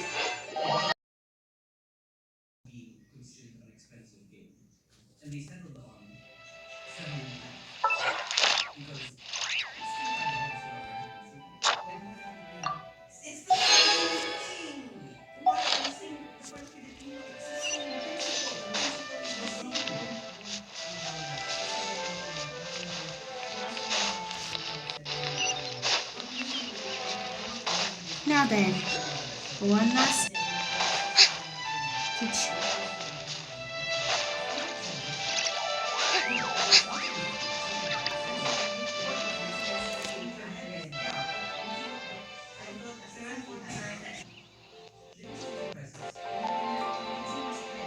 Xiaoyang Village! The mountains and waters are pristine. They embody the beauty of heaven and earth. It's a good-looking place, all right. But it's hard to enjoy the scenery when Paimon can't stop thinking about all that tea-buying more we're missing out on. Should fate dictate, Mora will find its way to you sooner or later. Well, Morak certainly finds us often enough. He even sought us out in person this lantern rite. For now, let's look around and see if any tea farmers are selling their crop. We'll be able to see more clearly from up high. Let's take to the sky and enjoy the beautiful scenery while we're at it.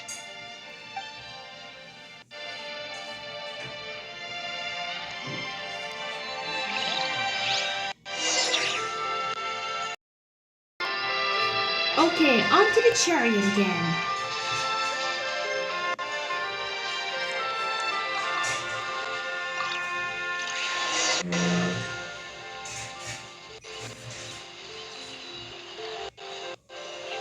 Wow! Xiaoyang Village looks beautiful from up here. Indeed, the houses here are quite different from those in Liyue Harbor. They follow the natural contours of the mountains, forming unique, elegant structures. Yeah, it's super beautiful. The white walls and dark tiles frame the emerald waves of the terraced fields, while the curved eaves and tall gateways juxtapose each other with grace. It's almost too beautiful to be true. The crowing of roosters and barking of dogs, the calls of farmers working the fields, a vibrant pastoral chorus overflowing with earthly vitality. Yeah, it's incredibly beautiful, huh? Have you studied the linguistic arts by some chance? Huh? Your vocabulary for beauty seems rather constrained.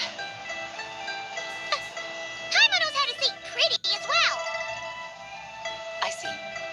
Now then, let's take a look around and see if we can find any farmers selling tea. Look! There's someone in that tea field! And they look kind of familiar. Wait, is that Lu Shanxiang? And who is that? Lu Xiangshan. Oh, you'll remember her once you see her up close.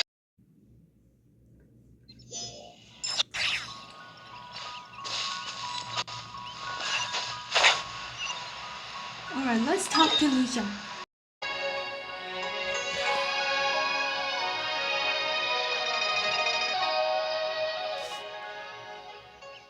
Hey there, Lu Shanxiang! It really is you! Huh? Paimon, Traveler, and the White Horse Adeptus. Fancy seeing you here. The White Horse Adeptus has a name now. You can call her Zabai. And you are... Wait. I remember now, you're... Don't say anything about food poisoning or fish. You're the young lady who wanted to rise above the rest, are you not? Yes, that's me, but I'm in a bit of a state right now. At best, I can say I've fallen below them. Fallen below them? What happened? Like I said the last time we met, I'm being punished according to family rules. My father, mother, grandfather, grandmother, other grandfather, other grandmother. Oh, that's a lot of family members.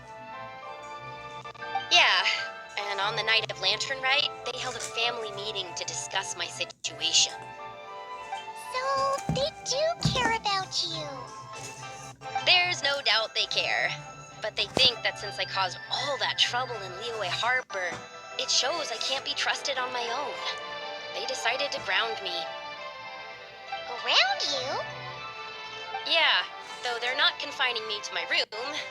Instead, I have to personally nurture a tea seedling until it grows big enough to be sold at market. Aw, a tiny little tea baby. Do they want you to experience what it's like to be a parent? It's supposed to cultivate my character and temperament.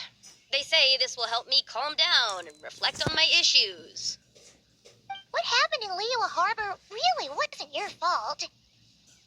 Oh well, at least this punishment doesn't sound too harsh. So, how long will it take for the little tea baby to grow? Actually, I don't know. I've never grown a tea tree before. It usually takes 2 or 3 years. 2 or 3 years? Yes, the tea in this garden requires 2 or 3 years to mature. That long? Sabai, you're not making this up, are you? How do you know so much about growing tea? When the plants thrive and grow, that is the meaning of my name. I can tell at a glance when their season of ripening will come. Do I really have to waste 2 or 3 years here? Why is this happening to me? I'd only just found my direction in life. Did you figure out what you could do to make it on your own? Yes, during the Night of Lantern Rite, I heard many people reciting poems from Long Gone in praise of the moon. In that moment, I suddenly felt a great sense of pride. I mean, I helped excavate cultural artifacts from Long Gone, so I contributed to the revival of these poems too, right? So I decided to stay with the archaeological team. I want to unearth even more history. I see. And are you sure that's what you want to do? If you don't achieve anything significant in the years to come, will you still enjoy it? Yes, because archaeology gives me that boom shakalaka feeling. Wait, did Xiangling teach you that? That's right. I was asking her for advice. She said that if something gives you that boom shakalaka feeling, then it has to be worth pursuing. I immediately thought about how, when I'm excavating in the ruins, I always feel like there's a ghost standing beside me, and not in a spooky way. It feels like my great-great-great-great-great-grandmother patting me on the shoulder and saying, "Keep going. You're about to rediscover some grand ancestral knowledge." That certainly sounds like a boom shakalaka of a sort of a feeling. Right? It feels like I've made some kind of connection with my ancestors. Isn't that amazing? Since you've made up your mind, you should give it your all. And I'd love to, but I'm still grounded. Run away, summon up a little boom shakalaka, and leave the tea garden behind. Flee this village. That might be going a bit far. You don't want to lead others astray, Sabai.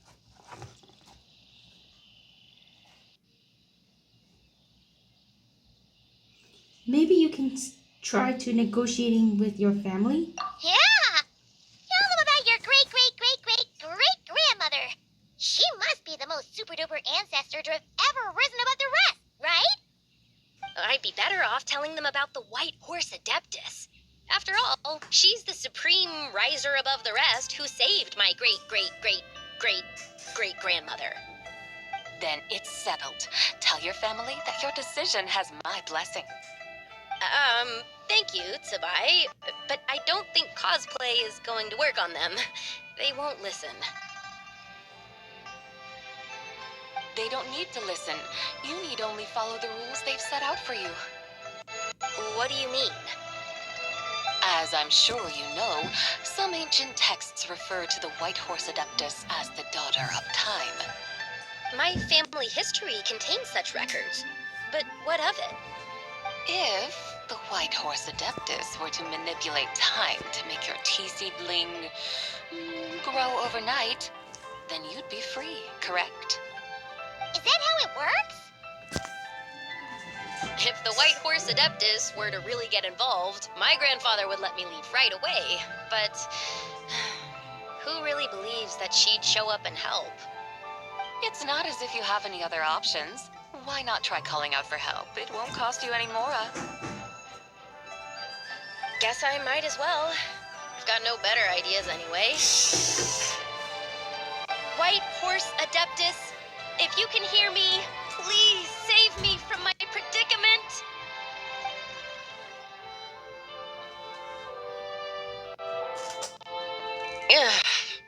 Nothing happened, as expected. Perhaps the White Horse Adeptus has already heard your prayer. Why not come back here tomorrow and take a look? By then, the seedling you planted may well have grown into a thriving tea tree. Thank you, Tsabai, for trying to comfort me. I do feel better now, kinda. But can't you really do something like that?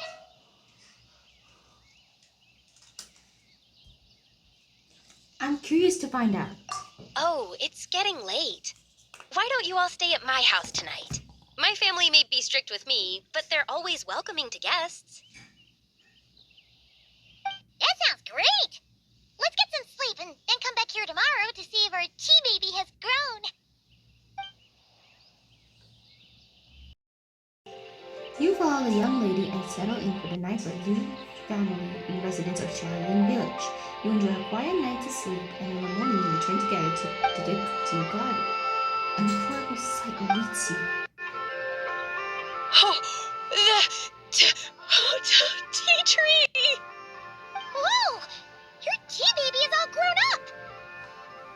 Indeed, it has grown into a mature tea tree that can stand tall in the face of wind and rain. How is this possible? It must be the work of the White Horse Adeptus.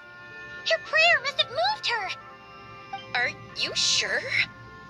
Perhaps she heard your prayer and chose to answer the call. She once saved my great-great-great-great-great-grandmother. This time, she saved me.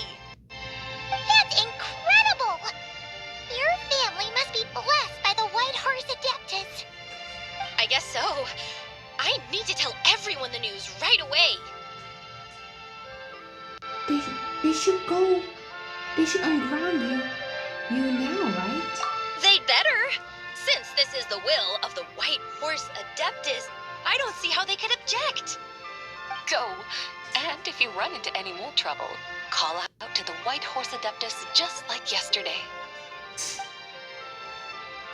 Thank you so much. Paimon really thought you were going to use Adeptal energy to make the tea baby grow, Zabai. When an Adeptus exerts effort, consuming their energy, is that not using Adeptal energy?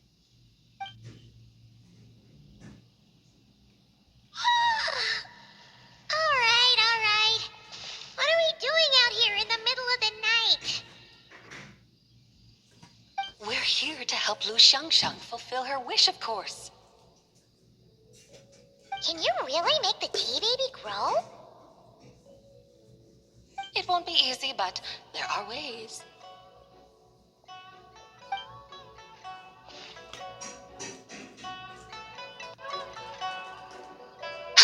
There, it's grown.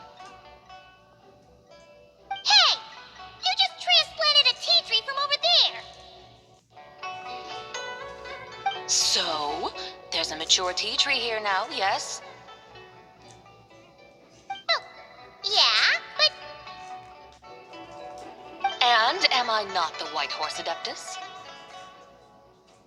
Well, yeah. Is this tea tree then not a manifestation of the White Horse Adeptus's will? You're not wrong. But again, there's something not quite right about this. Maybe this will become another mystical Adepti tale recorded in their family history. be marvelous. Paimon thinks so too. Hey, Traveler, Sabai seems to be doing much better now, don't you think? Maybe being outside is good for her. Oh, Paimon bets that's why Xiangli chose to send her on this errand. Why don't we continue showing her around Liyue? That's a great idea! We've already shown her Liyue Harbor, Yulong Wharf, and Chaoying Village. How about we head to Qingce Village next? Qingce. That name sounds familiar. The scenery there is really beautiful. Pretty, too. It's the perfect sightseeing spot. How about we show you around? I must say, I have been mightily impressed by the mountains and waters of Liyue. Please lead the way, my dutiful guides. Alright, let's go!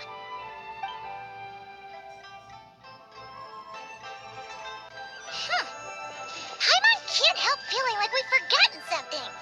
Pay it no mind. I've already forgotten more than you will ever know. Alright. If we forgot something, it can't have been that important to begin with. Qingce Village, here we come!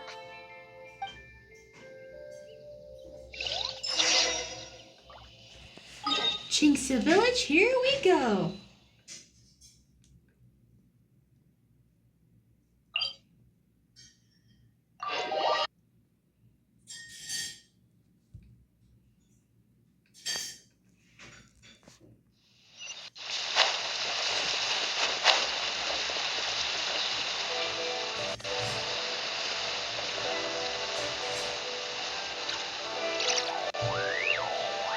Gliding down, gliding down.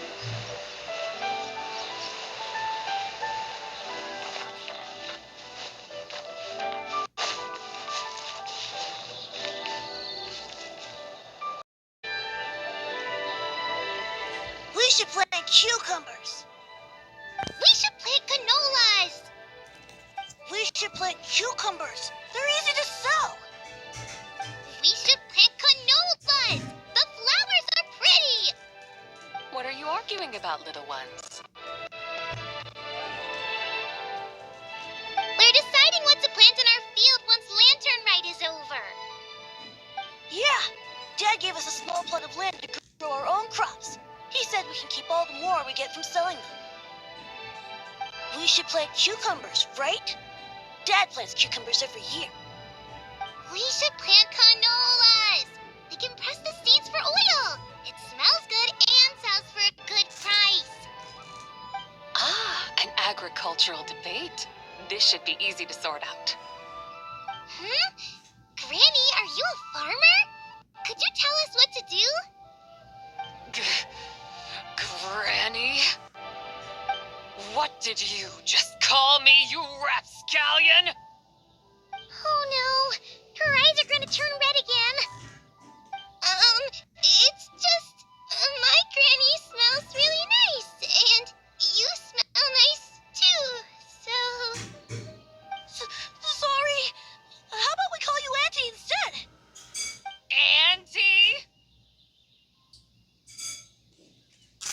Just call her Big Sis Zebai. Oh, alright.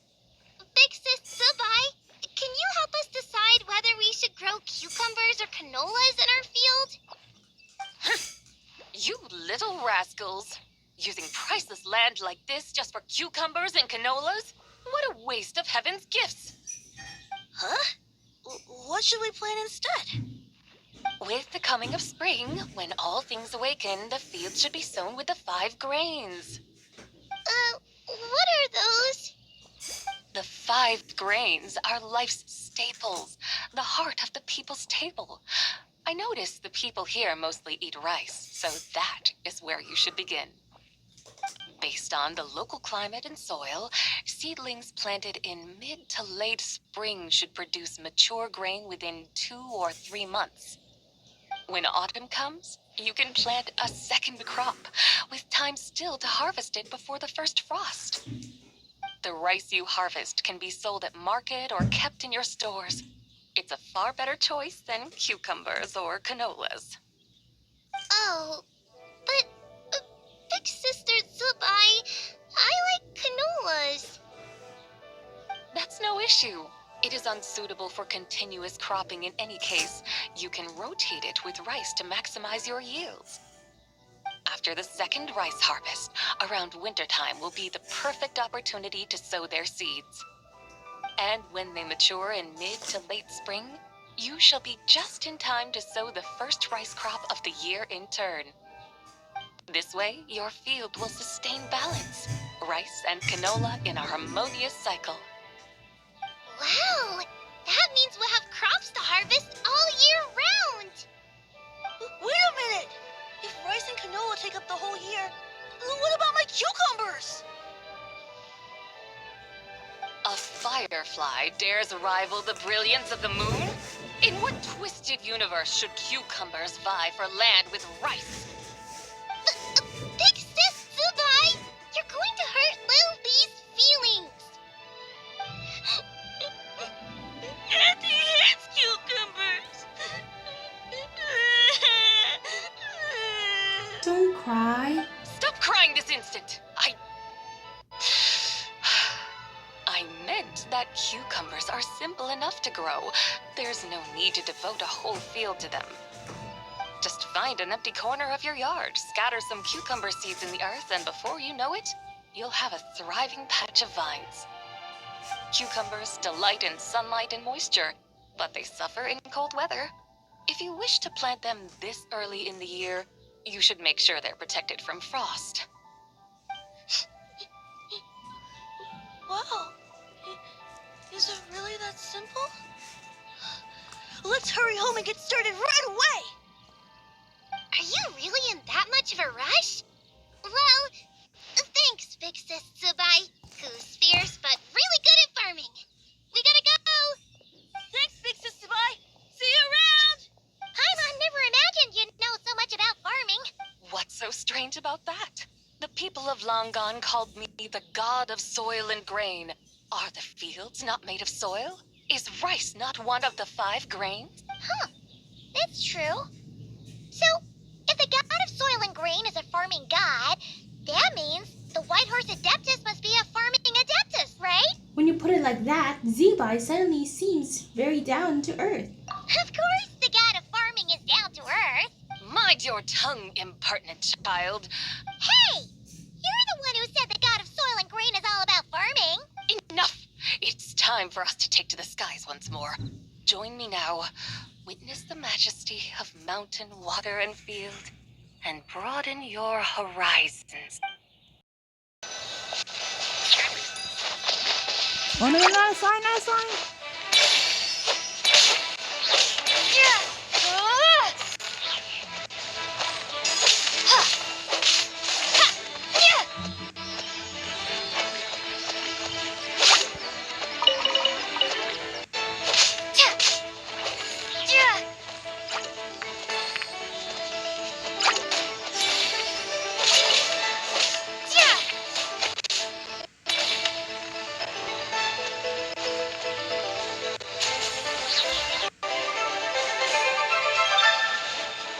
Gotta give her your signs.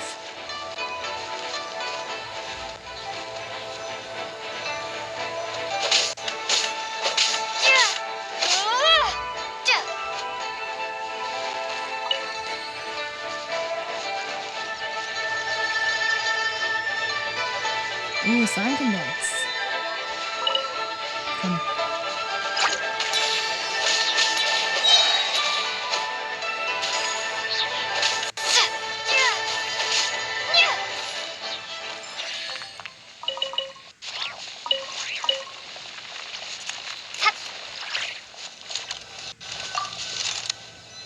I'll keep this close.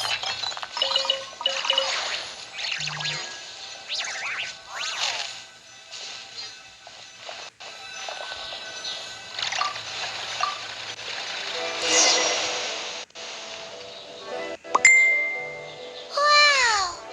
The terraces look so pretty from up here. The mountains tower like pagodas, the hills coiling at their feet like shells. Layers built upon layers, rising and falling in harmony. A truly unique and mesmerizing sight.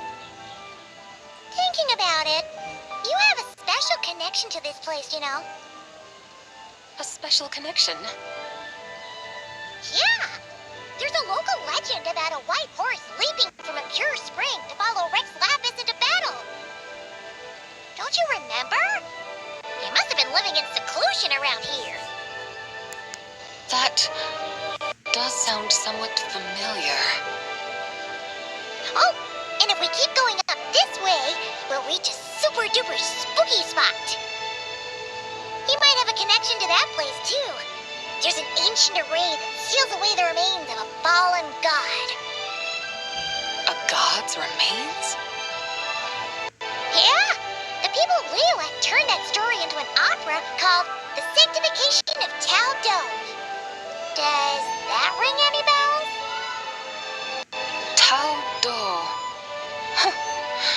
The 7 and 8 gates array. That's right, that's right! You do remember!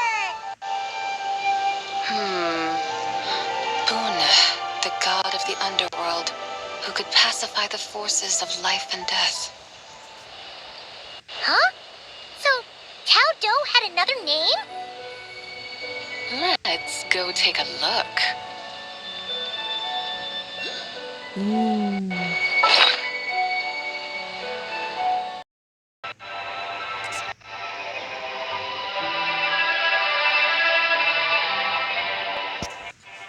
I can't help but think there's something strange about this friend we haven't seen in ages. Strange? Whatever do you mean?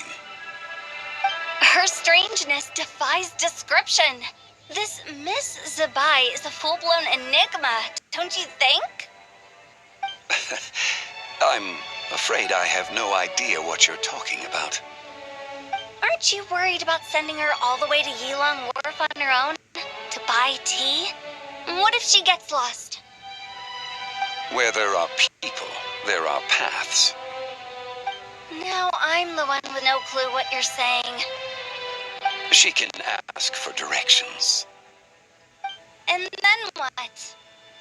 She will meet strangers in unfamiliar lands, build friendships, part ways. Hers will be a long journey indeed. The further the journey, the more footprints one leaves behind. The deeper those footprints, the harder it is for time to erase them. Ah, so you want her to make new friends? I see. But from what you say, it sounds as though she's not from Liyue. I believe she was not. But perhaps she will be. You're sounding stranger by the second. Huh. Oh, over there. Oh, look who's here. Hu Tao! Zhongli! What are you doing here? Traveler, Paimon, fancy meeting in a place like this. Oh my, and Miss Zabai too. We ran into each other by chance. Sounds like fate to me. We were taking Sabai to buy some tea from Yilong Wharf. Zhongli sent her there, though she didn't even know the way, and... Oh, drat! We forgot the tea!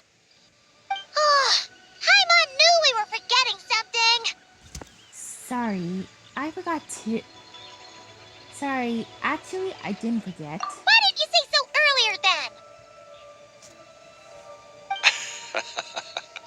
What's done is done. There's no need to dwell on it. Fresh tea grows with each passing year. Let fate deliver it as it wills. Exactly. You can get tea wherever you go. You're hardly running low now, are you? Paimon feels a lot better now that you've said that. Still, I'm a little confused.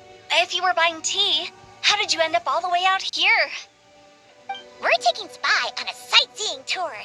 We started at Liyue Harbor, stopped in at Yilong Wharf, went sightseeing around Xiaoying Village, made our way to Jinxa Village, and now we're here. Wow, that is quite the itinerary. Yeah, actually, Paimon thinks it's about time we headed back. What are you two doing here, Hu Tao and Zhongli? I'm here to pay my respects to my ancestors. My dear consultant kindly agreed to join me. It is Lantern Rite, after all. Adepti and ancestors should be venerated alike. Ancestors? Wait, could you be? Are you heir to the Wu-Wong kid? Or perhaps the lone butterfly of the Crimson Flame? Whoa, have you got all your memories back? Huh? Miss Zabai, you know about the Wangsheng funeral parlor and the 8 adepts? I happened to hear a storyteller expound on the sanctification of Tao Do. Lots of people know that story, sure, but very few can discern my family lineage from just a glance. Well, Zhongli, your friend here really is quite something. Unfortunately, there's no time to dally right now. We have a hill to climb. Perhaps once today is done, we can find time to chat over tea, recite poetry, and admire the moon? That would be wonderful, Director Hu. Oh, and before we go, you've been traipsing around all day. I suggest you stop off at the Wangshu Inn on your way back for a good night's rest. Wouldn't do to exhaust yourselves, hmm? Thanks for the advice. Don't mention it. All right, we'll take our leave now. See you later. Hotel's so thoughtful. Why don't we follow her advice and stay at the Wangshu Inn tonight? Zabai, you can see the whole of Dihua Marsh from up there. The view's amazing. Plus, you can sample Smiley Yin-Xiao's cooking. Wangshu, an intriguing name. It couldn't hurt to check it out. Awesome! Let's go!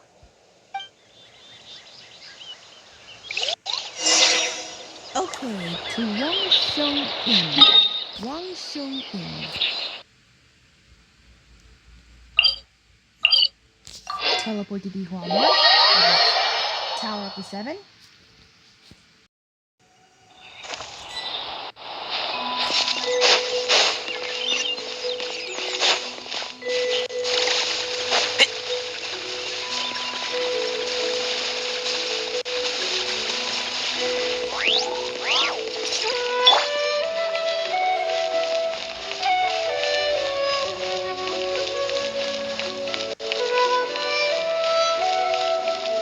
Okay.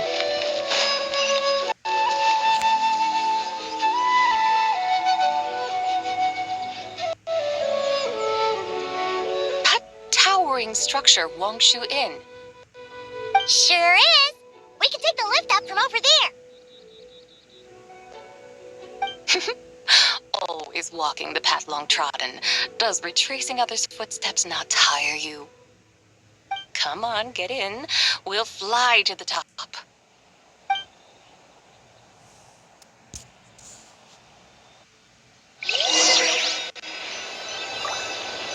You on the chariot again.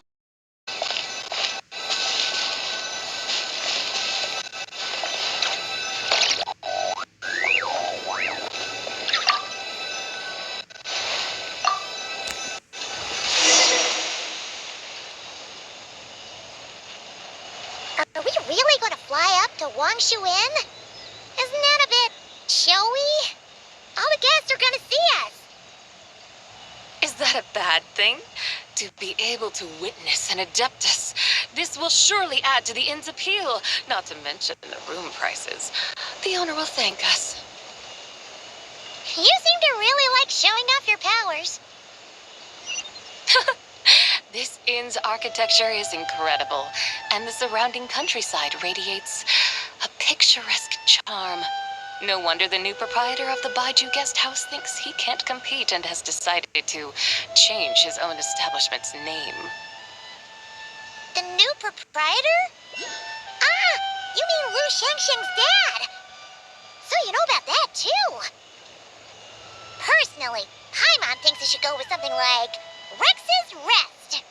That's a contender's name if Paimon's ever heard one. A fitting name indeed. So you think the guest house should change its name, too? Paimon kinda thought you'd say something like, such sacrosanct traditions must never change. Time flows ever onward. Why should the rules of yesterday be carried forward into the world of tomorrow? The people of today should determine what is to be kept. Huh. You're not as old-fashioned and stuffy as Paimon thought.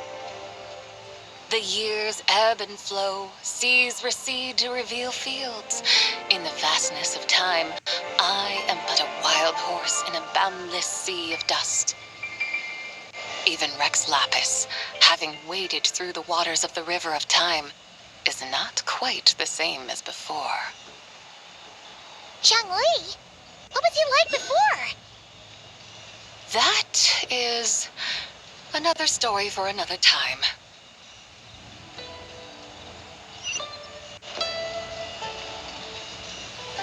Oh, we're parking by Waterloo. We have arrived.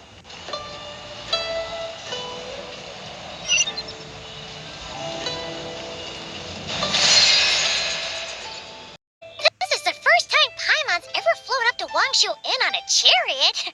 Everything's so different when you're up high. Wangshu. Like moon lanterns and shell lanterns. Might it all be a coincidence? What's a coincidence?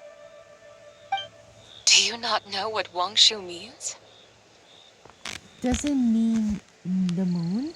Not bad. You're clearly much sharper than your diminutive companion.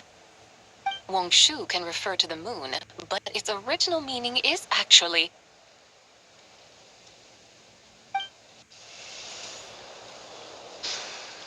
The goddess who rides the bright moon's chariot. And you must be the conqueror of demons. Chow! Paimon was wondering if we disturbed you by flying down from the sky. Not at all. I sensed an unusual presence long before you arrived, though I didn't expect it to be you in a flying chariot. Ah, a witness at last. I was starting to think we should fly a bit lower. It would be awfully dull if no one ends up marveling at my lofty bearing. No need. This is already showy enough. I'm not one to do good from the shadows, as Rex Lapis is wont to do. Then you must be... She's the White Horse Adeptus. Nay, I'm only cosplaying as the White Horse Adeptus, in truth.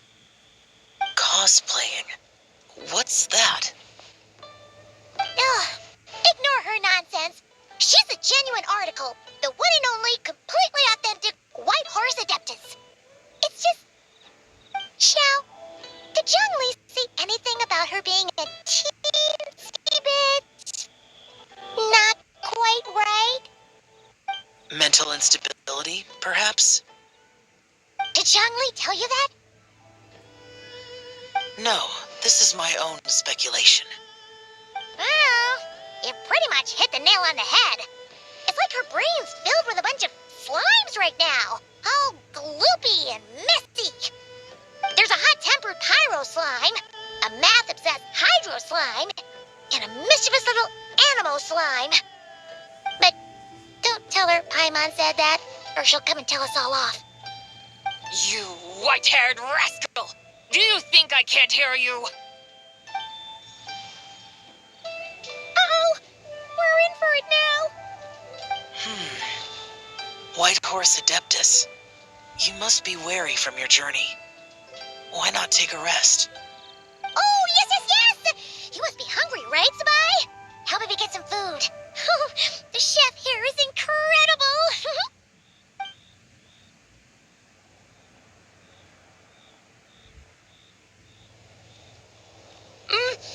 so hot.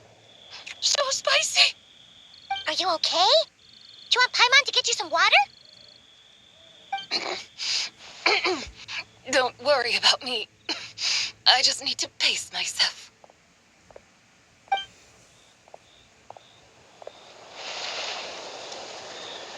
So, regarding your friend and her condition, does even the Lord of Geo have no solution?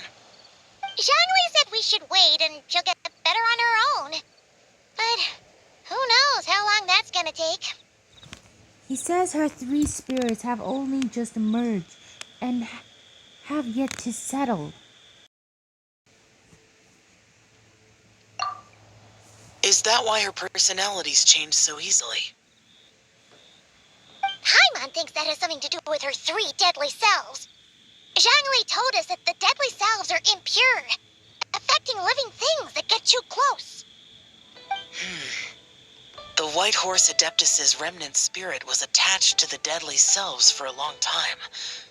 It makes sense that her temperament and memories would have been influenced by them.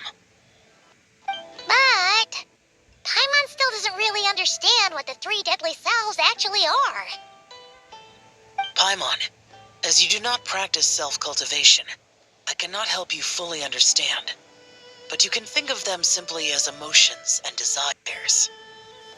The act of severing the three deadly selves is a means of exercising wicked desires and cultivating one's true self.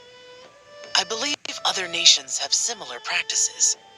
In Sumeru, it is known as shattering Atmagraha. Oh, so it's about emotions, desires, and attachments, that sort of thing. It includes those. I wonder, does she still remember what happened in the past? Some of it, but right now, it's like she was suddenly awakened.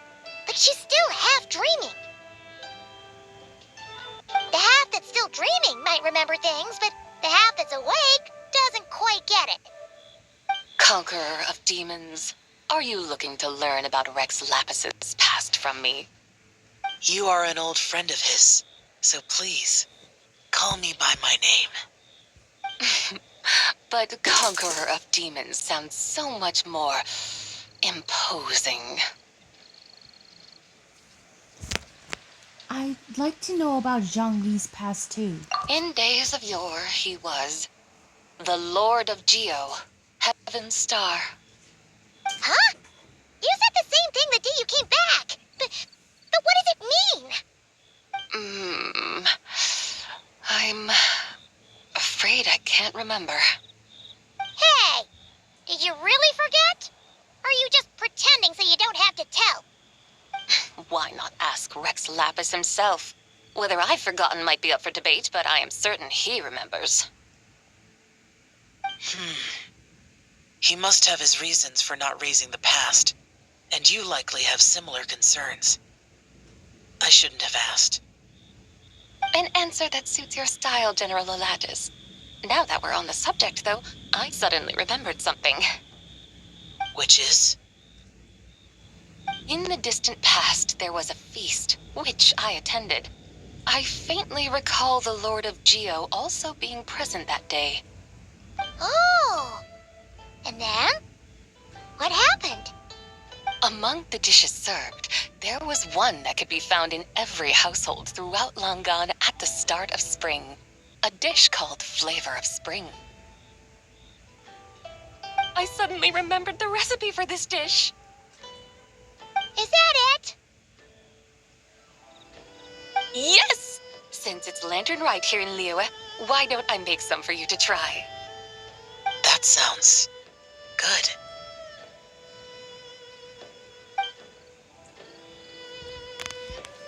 Wow! It might not have been the story Paimon was hoping for, but this looks delicious! The spring breeze stirs. Now is the perfect time to savor this dish. My dutiful guides have gone to great trouble to show me around Liyue. And even the Conqueror of Demons has graced us with his presence. I feel deeply honored. This Flavor of Spring is my way of expressing my gratitude. There's no need for such grand words.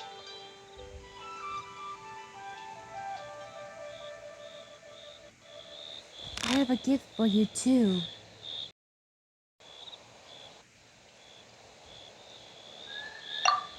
What's this? Hey! It's that broken jade token from the antiques exhibition!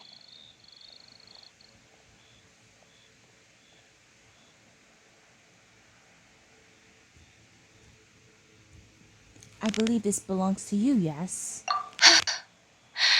Indeed. This was once an adeptal treasure of mine. I'm amazed it ended up in your hands. Alas, it serves little purpose now in its fractured state. Please, keep it as a memento.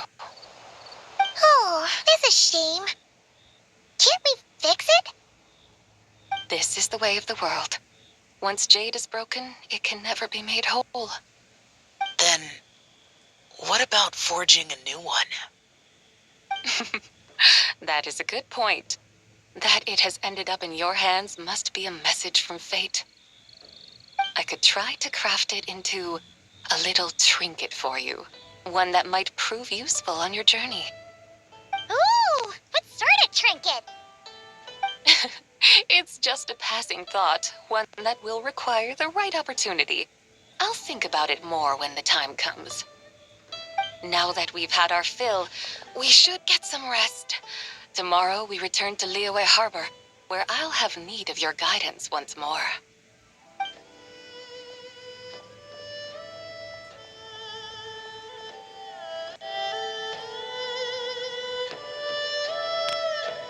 Then the next day,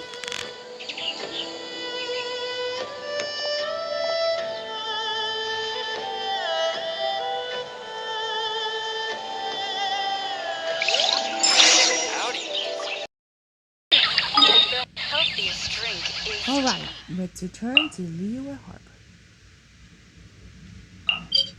To the place of shopping.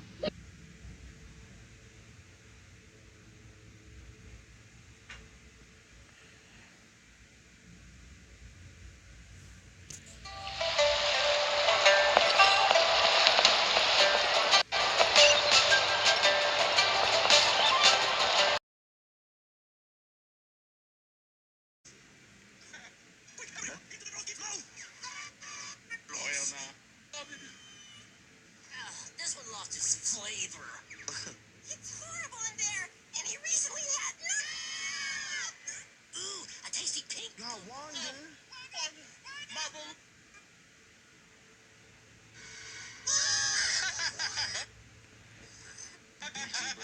Douglas?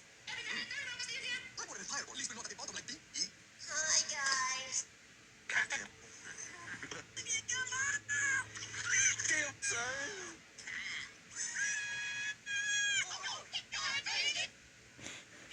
Don't let go.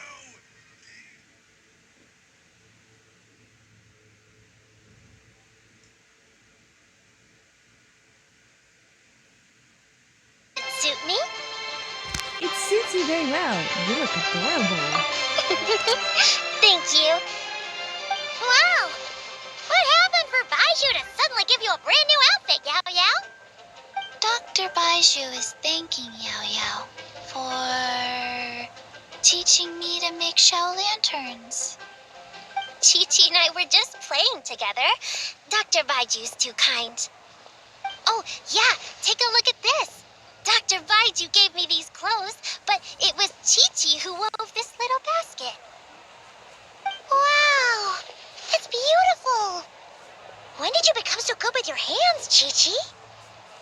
I learned to make shell lanterns thanks to Yao Yao. I also made a wish.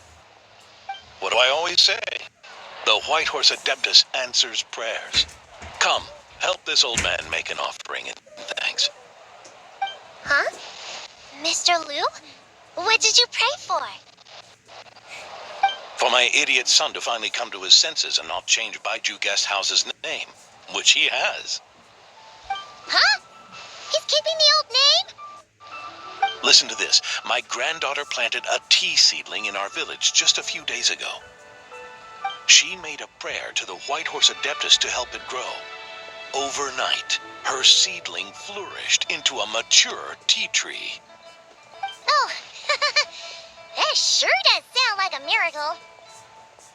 Could the White Horse Adeptus really have helped it grow? Of course she did. Oh, White Horse Adeptus, how blessed is our family over whom you keep watch. Truly, this is an extraordinary miracle. You must record it in your family history without delay. Of course. Huh? Is that you, Miss Zabai? Yes. Indeed. I have a long-term booking at your guest house. Yes, I recall. Mr. Zhongli said to charge your expenses to the Wangsheng funeral parlor, if I remember correctly. That young Lee. Always making trouble for poor Hu Tao. I noticed when you were here last that you bear a striking resemblance to the pictures of the White Horse Adeptus in my family history. You both have golden eyes. Perhaps fate has had a hand in our meeting. And a glad meeting it is, Miss Zabai. Now, why don't I gift you some tea from my garden to celebrate this encounter? We grow Sunglaw tea there, and it has quite the reputation throughout Yilong Wharf. I hope you will accept it. Oh! Sunglaw, buy 10 boxes, get half off teas. Back on the menu. Buy 10 boxes, get half off? Don't be silly. This is a gift. It's free. Hoo-hoo! Nice! Thank you so much, Boss Lou. There's no need to thank me. You're a visitor from out of town, which makes you an honored guest. Make yourself at home. Lantern Rite may have ended, but the streets are still bustling with activity. Make sure to take everything in, meet some new friends, and enjoy your time here. And that goes for you kids as well. Happy Lantern Rite. Got it, Mr. Liu. Happy Lantern Rite. Yeah! Happy Lantern Rite, everyone! Happy Lantern Rite indeed. Okay, everyone, that's the epoliogue for this video, and happy Lantern Rite to all of you. Be sure to like and subscribe with the notification bell if you want to see more Genshin Impact videos, Honkai Star Rail, and Wuthering Waves, and much more. Bye!